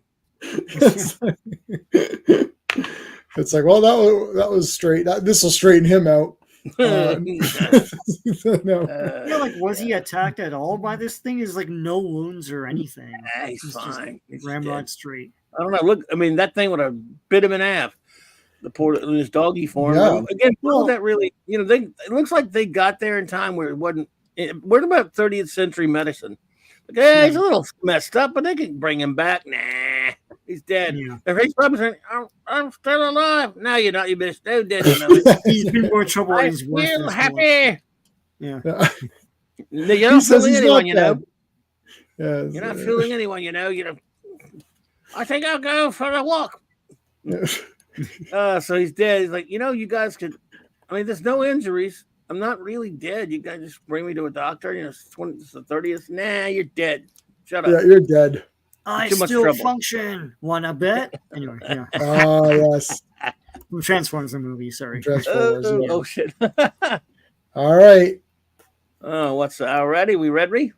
Let's go to the next one here. Whew. Oh, right. Now this is a cliffhanger. Well, I'm happy in some ways. I'll tell you that because yeah, it is a weekly cliffhanger. But so how many years? Yeah, do the credits and how many years before Ultron is this? Okay, it's about 3 years. Oh, wow. Adventure Comics Volume Only, number 340, January 1966. About 2 years, 2-ish, but a little more. Executive Editor Mark Malta Wilson Nightingale. Cover artists Kurt Swan and George Klein. Writer, the creator, Jerry Siegel. Penciler, the great Kurt Swan. Yeah, we're the Swan era, baby. Yes. No, now people will stand for something or sit when they have to. They'll take a stand for only when necessary. Inker, the great George Klein. Letters, milk snapping, and of course, that's that. All right. Well, Pizza. this like the thing is like this kind of just jumped out because it is actually pretty badass, and there's actually a lot of like crazy shit that goes down in this comic. It starts off very goofy, but it immediately goes. This is the darkest that we've had, I think. Yes, unless you walk things back, but yeah.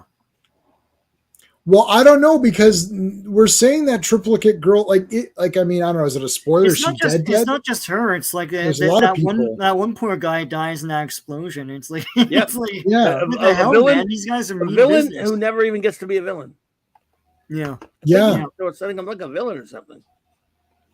All right, so the cover within the cover, we can just Computo. There you go, Computo the Conqueror. All right, so Brainiac is heavy at work in creating something. We don't know what it is. He wants to be left alone. He's like, go away. He's very into it. And these guys are just like, hey, we're just here to, check on stuff. Yeah, get out of here. It's like, oh, okay. And then they're like, dude, like, what's his problem? Yeah, what's his damn issue? Chameleon Boy's like, I'm looking for Prody too. It's like, oh, he was pretending to be a machine. It's like Brainiac didn't notice. That's weird. He's like, get out of here. I'm working on stuff. It's like, all right, fine. Something, yeah. Yeah. So here's the first like iteration of this thing. It doesn't look, now notice it does not look like what we saw on the cover. So you're like, okay, well, something's up, right? Mm-hmm. And he creates this super robot. Look at the size difference here between them. It's enormous, right? And he creates this massive robot, Computo. And Computo looks awesome, firstly. And he wants to learn. Now, I mean, look, we've seen this story play out in so many science fiction, books or whatever, but it's pretty badass in here. So we've got Brainiac programming it, and it wants to learn. So he starts giving it, different books and magazines. Yeah. And it's like, okay, I'm done with all this crap. Like, we need to move on. So it literally turns evil like immediately. It's arrogant already. Yeah. It grabs Brainiac, and this is really cool. It eats him, so you could see it like you. I don't know if you can see my mouse because it's green and green, but like there's like a open like panel here. Yeah. It grabs him and immediately shoves him in, and then he goes up through into the gears and gets ploop. So this is its head. So we can go back for a sec. See there's the head of it. Well, here's a better shot. There's the head. Yeah, it's a gumball machine, basically. It's a gumball machine. Yeah. So he shoves Brainiac into the head here, and that's so he throws. Yeah. It's basically that, and then this all connects to his head, and he's trapped here. And now it's like sucking his energy and his like knowledge and whatever. And you're like, okay, well, what the hell? And it's like it's all working, and it's getting smarter. So it's getting smarter with Brainiac, because obviously Brainiac is super intelligent, and it starts to replicate itself. So it's making more. And look how fast, like making Daleks. Yeah, it's basically Daleks. Yeah, there's like a million of them now, and Brainiac's still trapped this one. And look how many there are. They send it out to go capture humans. So this thing is going around capturing people, and like putting them into itself, and then sucking their intelligence and whatever. And Brainiac's like, oh, this is heavy. And why I think so heavy in the future? Does because there's something with the Earth's gravitational pull? No. He calls out I love this, the way that they do this. Brainiac 5 calling all Legionnaires urgent, urgent, urgent. Yeah. Yes, it's out in space, like little, all the way out into the galaxy that can call. Yeah. And okay, so it's like me, on the dead world of Tombor. I love how it's like Phantom Girl, our race transforms itself into wraiths. It's like We like it that way. Yeah, we like being it wraiths now. So yeah, we're good. Go away. Oh well. It's like, but okay, well, I could have helped you, but it's a Legion alert, so F you guys. Yep. May.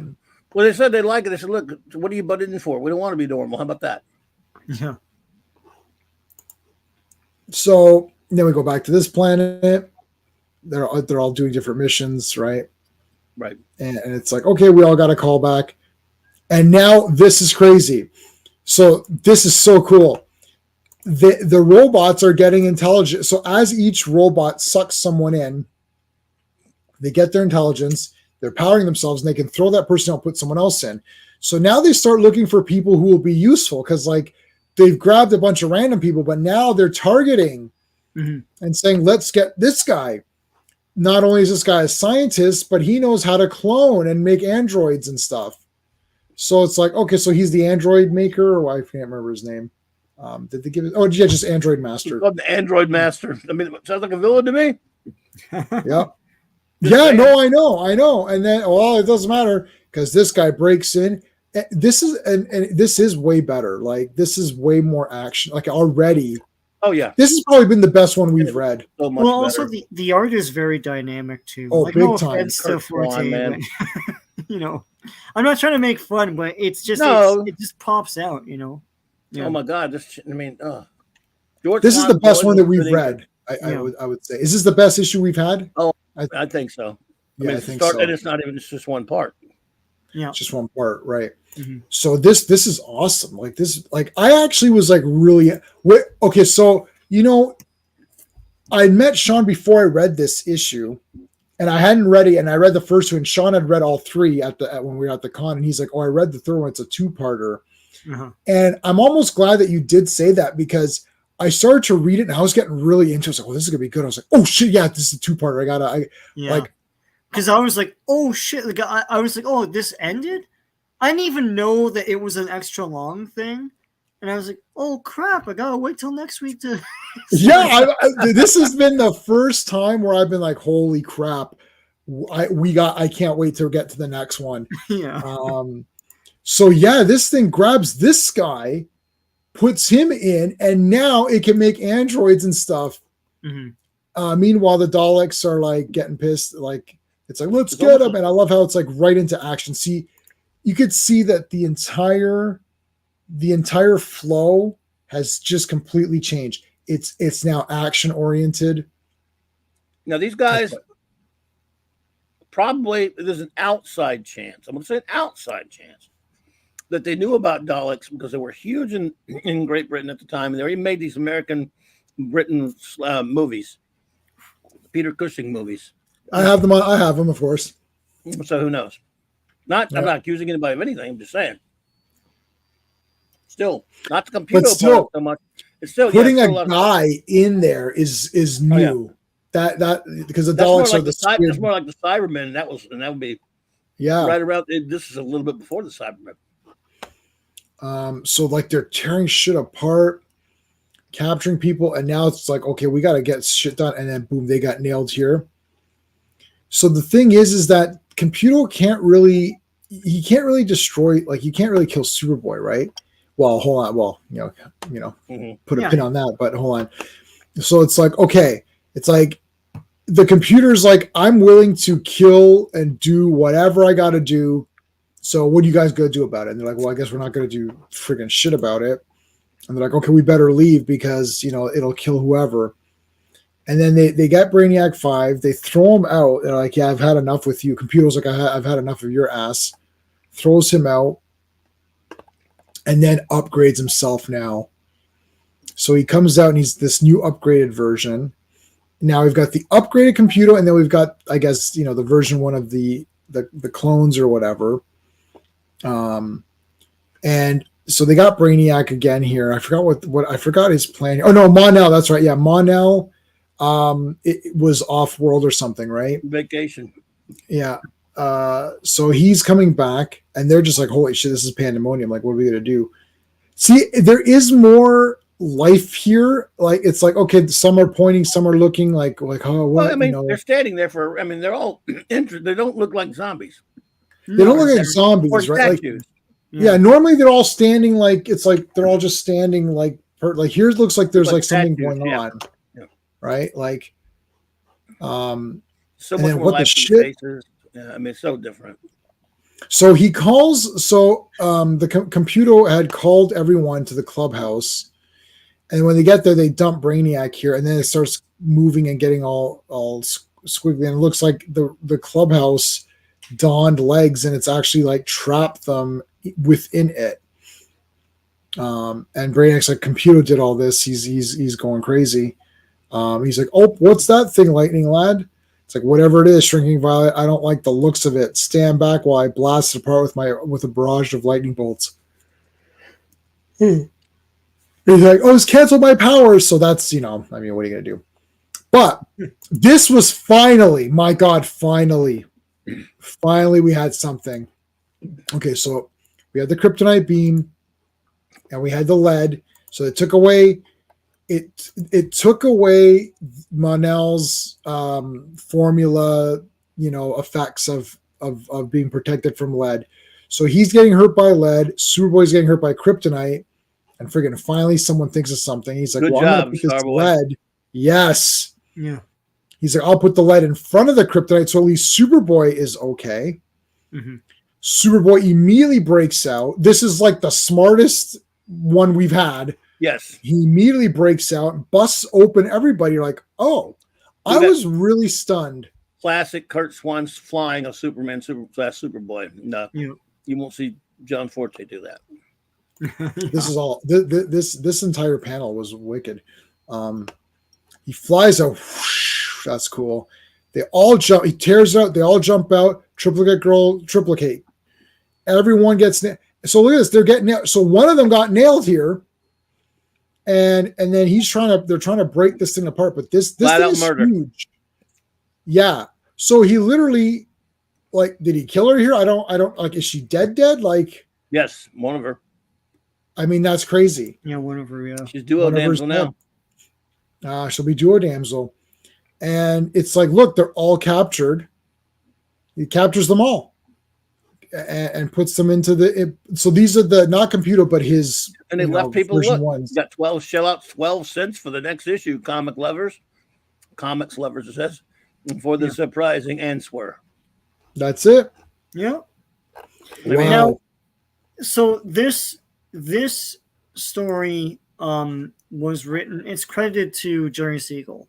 Right. And the next one is credited to Ed Hamilton. Yeah. I mean, I love Jerry Siegel. I don't know if this is really Jerry Siegel. I don't mean to cast any sort of doubt or anything. I don't think it is, to be honest with you. Yeah, it feels well, he's like there anyway. Yeah. I mean, they were both working with Weisinger at the time. Mm-hmm. So it's tough to say, though. No, you're right. It's tough to say. Yeah, it has a different feel to it than a Siegel thing. But then again, Weisinger. I mean, then Hamilton wrote that silly twaddle that we just, Yeah, that's the Beast Boy one. It's almost like they switched them around or something. It's I don't know. He can that feels some more like a silly Siegel stuff. thing, and Right. He's written some silliness. But yeah, they both have. Yeah. That's why it's tough to tell. But it was all, it was bouncing back and forth a lot between the two of those. Yeah. Working for Mort. But I think Mort utterly overruled them on a lot of stuff. Right. Yeah. Well, I mean, there you go. Like, this one was pretty awesome. This has been like this has been the best one for sure. Oh yeah. In like a while. Or this is the best one we've had, I think, like, period, actually. I don't know. It's pretty damn awesome. So let's take a look at what's coming up next. Okay. Comic notes. Legion of Superheroes. Well, obviously 341. So I've got 341, 342, 343. Nothing else in the middle. Nothing else in the middle. Easy peasy. Let's take a sneak peek. We're approaching. We're starting to approach comics that I own. Let's see here. Comics. Adventure. So Adventure Comics next. So I own. No, I don't own any of these yet. No, we're still a bit away. All right, that was Not 340, right? these. That we just read. Yeah, 340. So this is next one is 341. Let me check. Which this here. looks right. Yeah, that's the next one. I want to look into something because Sean made me wonder about something here. 341, 342. Actually, let me go back and get that cover. I need that cover for my. Warning. I mean, this looks so awesome. I have to read four. I read one of 4 Transformers comics, so I got to read those. But then I'm right back into this. Hey, this girl's back. That attractive one. I forgot her name. It was a Dream Girl. Oh, Dream Girl. That's Dream Girl. Yes. Can't wait. I love Mr. Dream Girl. So we're doing 341. Mm-hmm. We are in the Swan era, folks. Yeah. Oh, this is so awesome. And we're getting close to the Jim Shooter stories. Oh, yes. He did some good ones. But right now we're going to be Edmund for a while on Adventure. Actually, no, when we get to 346 is when we get Mr. Shooter. Holy shit, look how awesome this is. Which one's that? This is 343. Oh wow. Nice. Wow. Okay, we're getting ahead of ourselves here. So we're really close to Jim Shooter. Wow. Yeah, we're getting close to the Shooter stuff. He did some cool stuff. And again, he he got the job. He drew that comic and sent it in. Mm-hmm. And he drew a couple. He drew some, and then they said, well, you can't really draw that well, kid, but he drew the script. It was the whole story and everything. So they had Swan mostly redrawn on his layouts. Wow. Then they have another one, and also I think George Papp drew someone on his layouts and stuff. So he was 13, 14 years old. Yeah, he was underage. It's like, nowadays that would be, you can't take solicitations at all, really. But from a kid, yeah. He was 13. Yeah. That is awesome. Well, I mean, these next 3 look bloody amazing. So I'm going to have to get back into buying these. So I've been buying the Superboy. I've been trying to do a lot, and I've been getting a lot of the Superboy issues, and I got a reprint. I got maybe the first I don't know if it was the first reprint of number 1. No, I don't think so. I don't think it was the first reprint of Superboy number 1. But I got a reprint of Superboy number 1. Oh wow, nice! So that was good. Holy crap! All right, so this is 1 minute. I'm going to debut my Superboy versus Watchmen. We can watch. It's 1 minute and 15 seconds. So let's take a. There's no sound, so don't adjust your volume. There's no sound. It is just pictures. And I estimated how long it would take people to read. And I judging by me, it takes forever. So if you read it fast, then you read it fast. But you're gonna have to follow. It's 1 minute, so you can't fast forward. All right, here we go.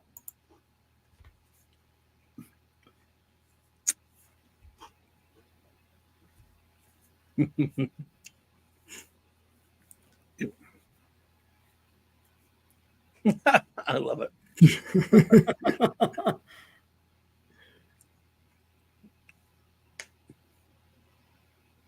Man, this is great. Using my super Adrian Veidt is the man who's controlling the squid. Love it.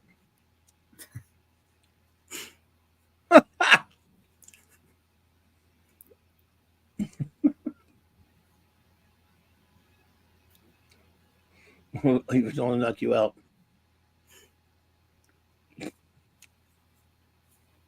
It's like world peace will come, Ozzy. You're right, Superboy. I love that. You're right, But I added something. I added something at the end just for jokes.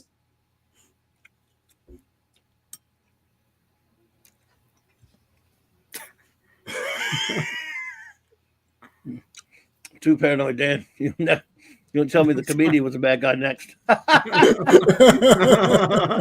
Nice. I love it, dude. Are you going to post that on the channel? You think I posted on the channel. I just posted it, and within a minute, my buddy immediately commented, he's like, "Oh my god, I need more of these." I was like, "Okay, I've got the next one ready to go."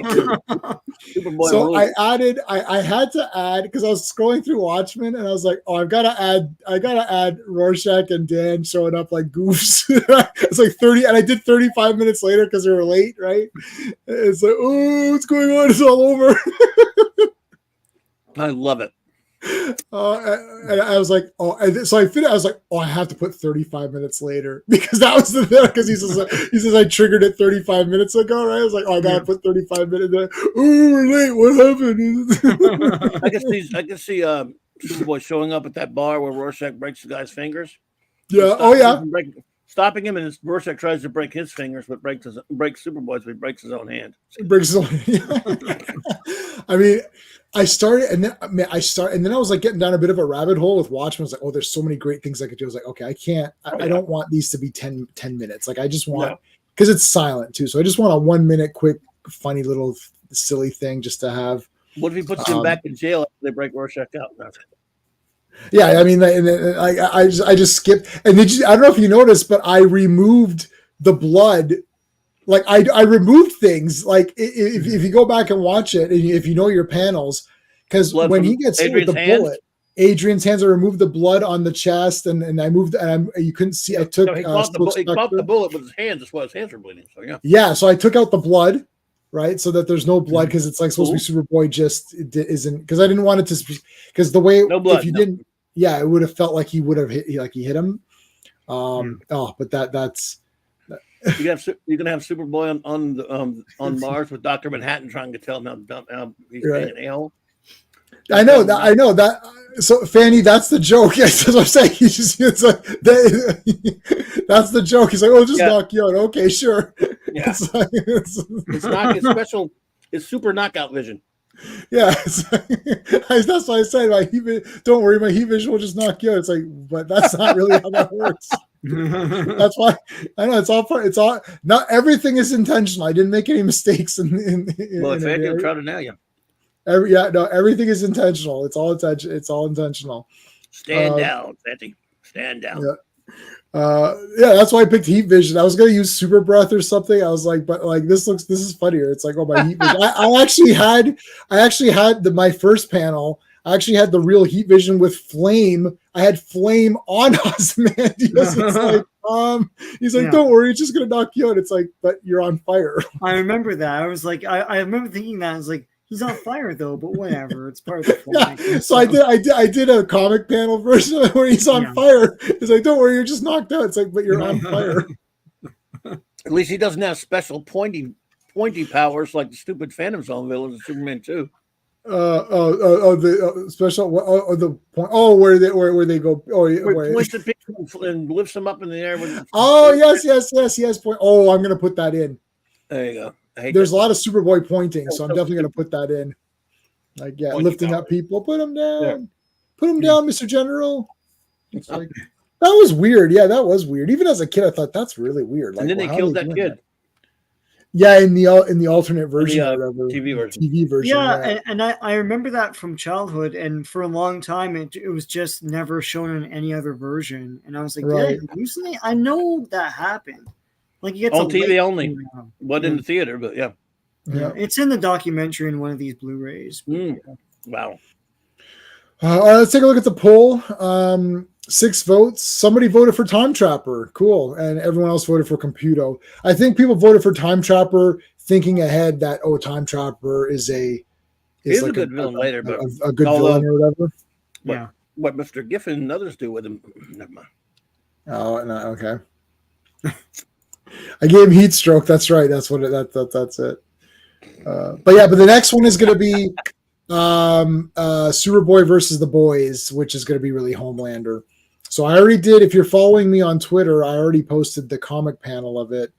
But and for that, it's just one page. So I try to do it in 4. I love it. But, I thought, great. This one, yeah, this one. I think this one's even better because, like, Homelander's a piece of trash. Like Ozymandias is like you're like, look, the guy had somewhat. I mean, it's hard. It's like his intentions were there. That's why I said you weren't right because people kept saying Ozymandias was right. So that's why I had Superboy specifically say your plan was not right. You're not right. You're right, Superboy. That's why I said you're right, Superboy, because it's like Superboy. I was going to put Superboy was right, but then that doesn't make sense. So I just put you're right, Superboy. You know what would be impossible to do, but I would love to see? Yep. Oh, Superboy flying behind Omni-Man and Invincible while they're just beating the shit out of each other, calling all those deadless, violent, horrible deaths in the city by all the destruction, and just repairing it all instantaneously behind them so nobody gets hurt. You know about Invincible? Have you seen Invincible? I've seen that. I will see what I can do. I'll see if I can. Tough. That'd be impossible. I'm just saying, you've seen at least the anime. If you haven't read the animation, I read the first. If you read the comics, it's unbelievably bloody. It's well done, But I liked Invincible when it first came out. I read for years, and I did like the animated TV show, but I don't recommend it for the squeamish. It's too. It's disturbing. I don't know if you've seen it. Oh, I've seen the whole thing. Yeah. Oh, you seen it? You saw the cartoon? I saw season 1 and I read the first like 30 something issues of Invincible. Just imagine like all those horrible things happen, like Superboy's cleaning them all up behind him. I'll do Superboy versus Omni-Man. I'll definitely do Superboy versus and he's like not gonna scratch on him while Omni-Man, and neither one of them gonna scratch instead of all that blood and stuff. In my thing, Superboy always wins and defeats them very easily. Yes. This all came about because people kept saying, "Oh, who would win, Homelander or Superman?" I'm like, Superman. It's like, oh, who would win, Omni-Man or Superman? It's like, oh, who would win, Superman? Like, if you're gonna say who would win, and the next person is Superman, then Superman wins. Yes. And I was like, no, I'm not doing Superman. I'm doing Superboy. Superboy can defeat Omni-Man, and Superboy can defeat Ozymandias, and Superboy can defeat Homelander and all these other guys. Like, screw off. It's like I'm tired of saying who's gonna win. Superman will win. Like, what are you talking about? Superman wins every time, and so does Superboy. I might do Superboy versus the Dark Knight Returns, and I'll have Superboy beat everything. I like Dark Knight Returns. Look, I love Dark Knight Returns. It's great, but I don't like Superman. I don't like Batman just beating up Superman that easily, and Green Arrow is kind of a dick in that. So I'm like, I'm gonna have Superboy come in and take care of business. I hate the way Superman was portrayed in that comic. I hate it. I don't like it either. It's shitty. It's not. It's like, and then they took hated it back then even. Yeah, I didn't read it back then. I only read it. Read it in trade paper. Well, we must have read it when we were teenagers because it was way too mature for us when we were kids. So. Yeah, whenever it came out in trade paperback, I saw. I don't know when that came out. Maybe not even. Trade paperback came out about 87, 89 after the comic eventually finished. So I would have read it after Batman. No, I would have read it way after that then because it came out pretty quick after the 4th issue finally came out. Yeah, so no way. Then no, because I when I saw Batman 89, I never read The Dark Knight Returns. That I'm positive on. I was probably 14 when I read it. I was on a road trip and I read it there. I'm thinking when did Forever come out? 97. Oh no, 95. Yeah, 95. So how old were we in 95? Does that sound like it? Let me see. 1995. So what we were? Yeah, I probably read it around Batman Forever. Yeah. Okay. So I was 18 before I read that. So way later, way later. I was around 21, 22 when it came out, and I took forever between the issues, of course. But yeah, I heard that. I like the first few, but I just don't like the way Superman was in that whole thing. Miller was wrong for that. I feel it's too wordy. My problem is that I look at it, and I remember even when I read it when I was 18 or whatever it was, I was like, "Well, this is a lot of like." There's a lot of dialogue going, like a lot of words, and I felt like it was like it felt like it was trying to be. It's like, oh, it's better than it is. It's like, or you could just, like I feel like it could have been 3 issues. You know what I'm saying? Like, I don't know. I think it was more of a shock thing of like, look how mature, and they're talking about nuclear war and all this stuff, right? And and oh, Reagan's in it. Look at this, Yeah, and that's my Geraldo's in it, style. right?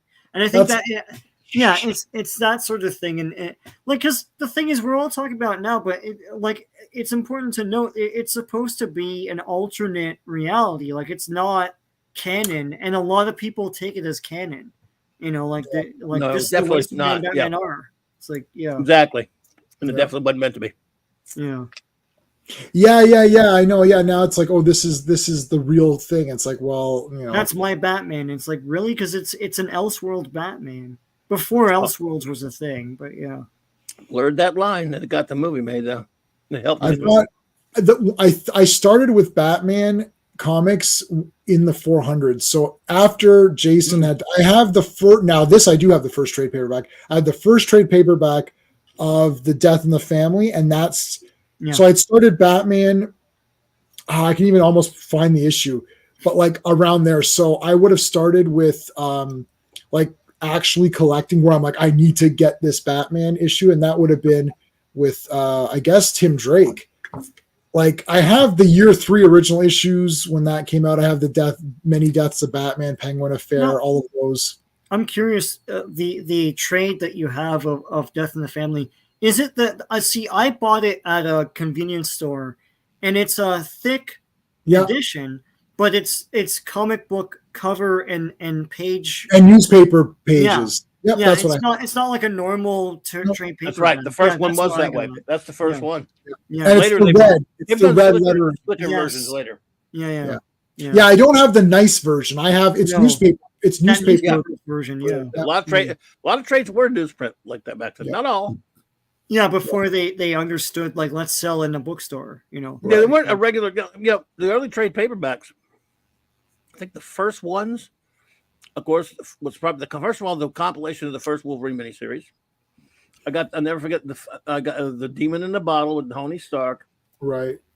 Iron Man issues. Project Pegasus Saga from Marvel 2-in-1. The Great Darkness Saga. Some of the, and then Dark Knight, then Watchmen. They were coming out steadily, but not everything. Then it just, those started becoming pretty big, and it's like, hey, let's start coming out with some sagas. Yeah.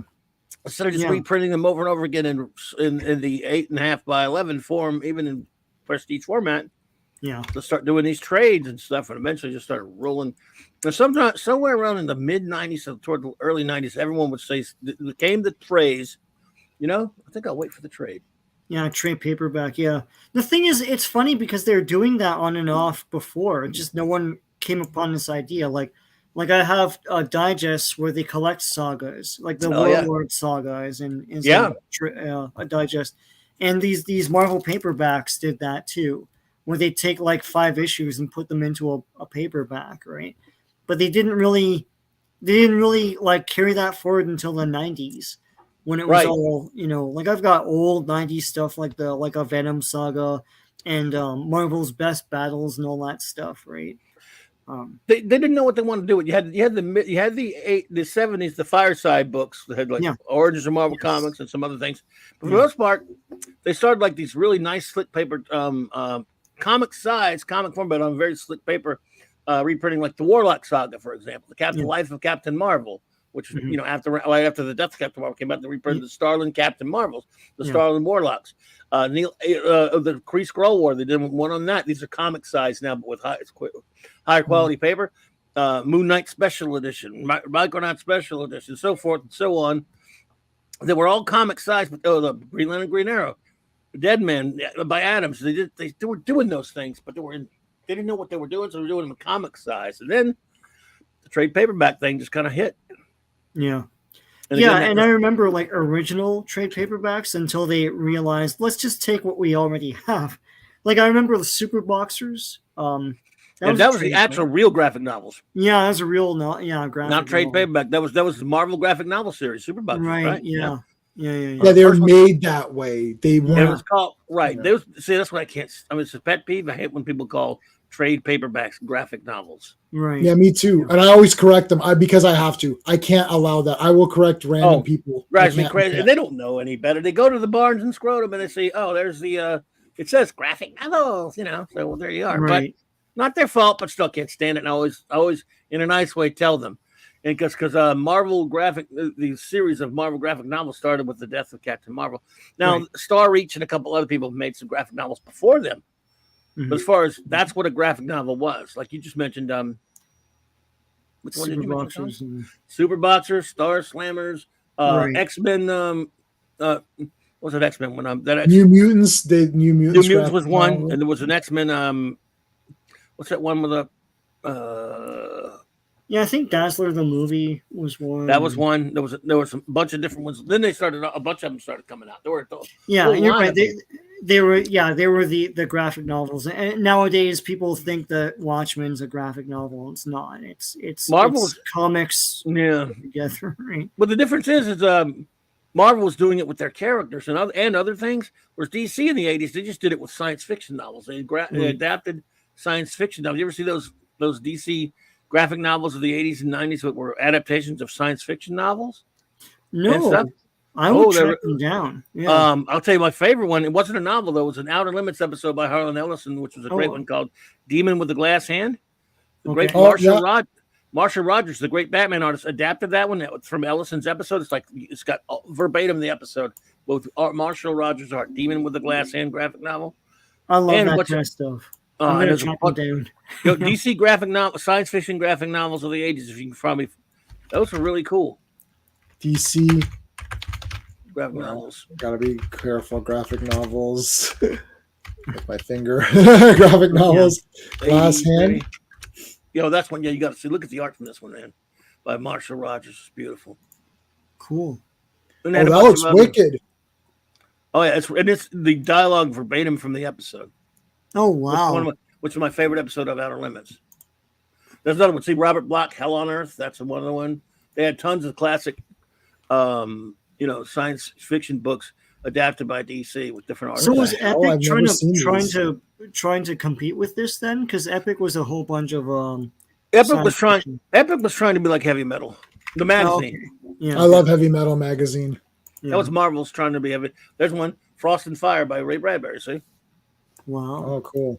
those are pretty cool. Now I used to buy some of those. I wonder. Are those on here? Mm-hmm. What's that? I wonder if these are on here. Demon On with a what? glass hand on our site that we use. Oh, it might be. Let me check. Wow. It could well be. No, they're not. Really? Unless they're called something else. Let me see. Let me see. Harlan. Oh yeah. Hold on. I bet it is on there. No, it's not. Really? No. City on the Edge of Forever is there though. Yeah, that's for that comic they did of it. Yeah. Oh yeah. I have this. I have this on digital. Which one? Or the Harlan Ellison's City on the Edge of Forever. I bought that. Yeah, that was they did an adaptation of that. Yeah, they What's did. that? Yeah, Maybe these under DC graphic novels on there. DC. Probably not. Oh, DC graphic novel. Oh yeah, let's see. Oh yeah, okay. Hold on. Maybe. Which one was what number was what? DC Star graphic novels. Raiders. DC graphic novels. They had Star Raiders as one. Yep. Okay. Star So Raiders, they that's Garcia Lopez. I have that one. Warlords. Let's see. What was the first one? Star Raiders was the first one. Yeah. Yeah. Okay. And They then, have them. So it's under. So Warlord- Sean, it's under DC graphic novel. Like Steve Cool. Skates. Let's see. Let's see if they have any. They have That's Medusa Chain by Early. I don't know if these are. Let me see if these are the science fiction one. The Hunger Dogs. Oh, by Kirby there's Munger. Hunger Dogs, which we're going to be Hunger talking Dogs. about. That's the conclusion of the Fourth World there. No, Yep. so this Yeah. is a different straight. This is not the science fiction ones. Then me and Joe So let me Priest, see. DC graphic. Metal Zoic. So they did 6. DC. How about science, essential graphic novels? Maybe it's that. try that? Could be those. No, it's not. It's not. It's not those. DC science fiction graphic novels.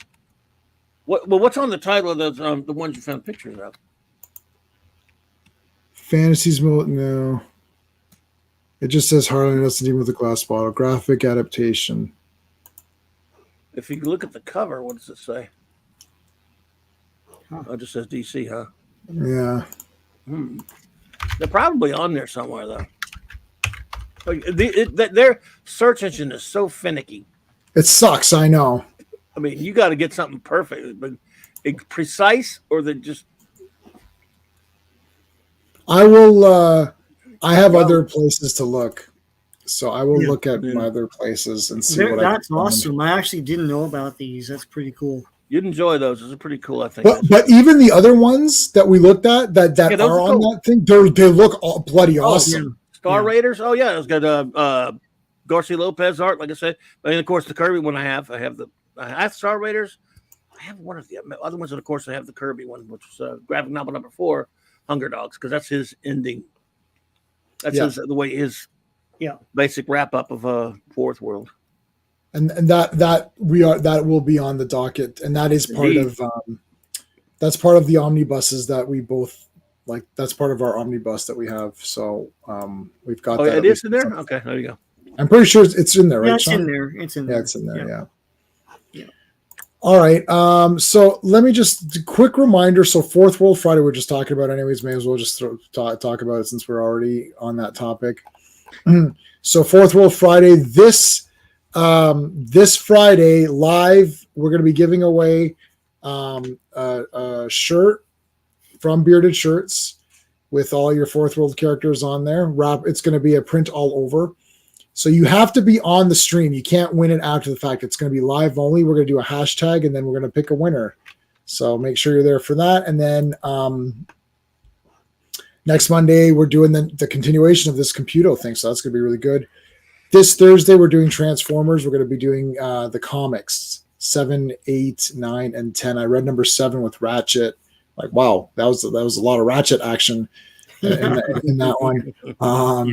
And then Megatron at the end, that was pretty badass. Yeah, so, there's Dinobots and the Dinobots are coming up right after Constructicons. So yeah, these are bangers. Like, it's just like holy shit. Like it's like one after another. So all right, Sean, what do you got going on? I posted my video about what I got at the Comic-Con, the same thing that Jason went to. Mm-hmm. Went on a different track. I got a shitload of Casper comics. I like Harvey, but cool. Also I got almost 60 Savage Sword Conans. Yeah. So look out for that. The covers are always awesome for those. And I'll figure out what to put up this Saturday. Yeah, well, we had fun. You know what? Oh, I forgot to send me your list of the Conans you need, because I'll when I go to that other place, there's a place next to Steve, and there's another place that's the other way, and they've got random boxes. So the thing is, it's like you need a lot of the high numbered ones, I think, too, right? Yeah, high number and some like those are all nothing. Like those are not very. They shouldn't be. Yeah, it depends. Some people charge $30 each. And other people like it's $2 or whatever. It's like in a 200 Savage Sword or regular Conan? Savage. Yeah. Oh, wow. Yeah, it's like it's robbery, because I'm like, I know I can get these way cheaper. It's the higher numbers no one cares about, right? Yeah. It's the first 10 or 100 each. I find.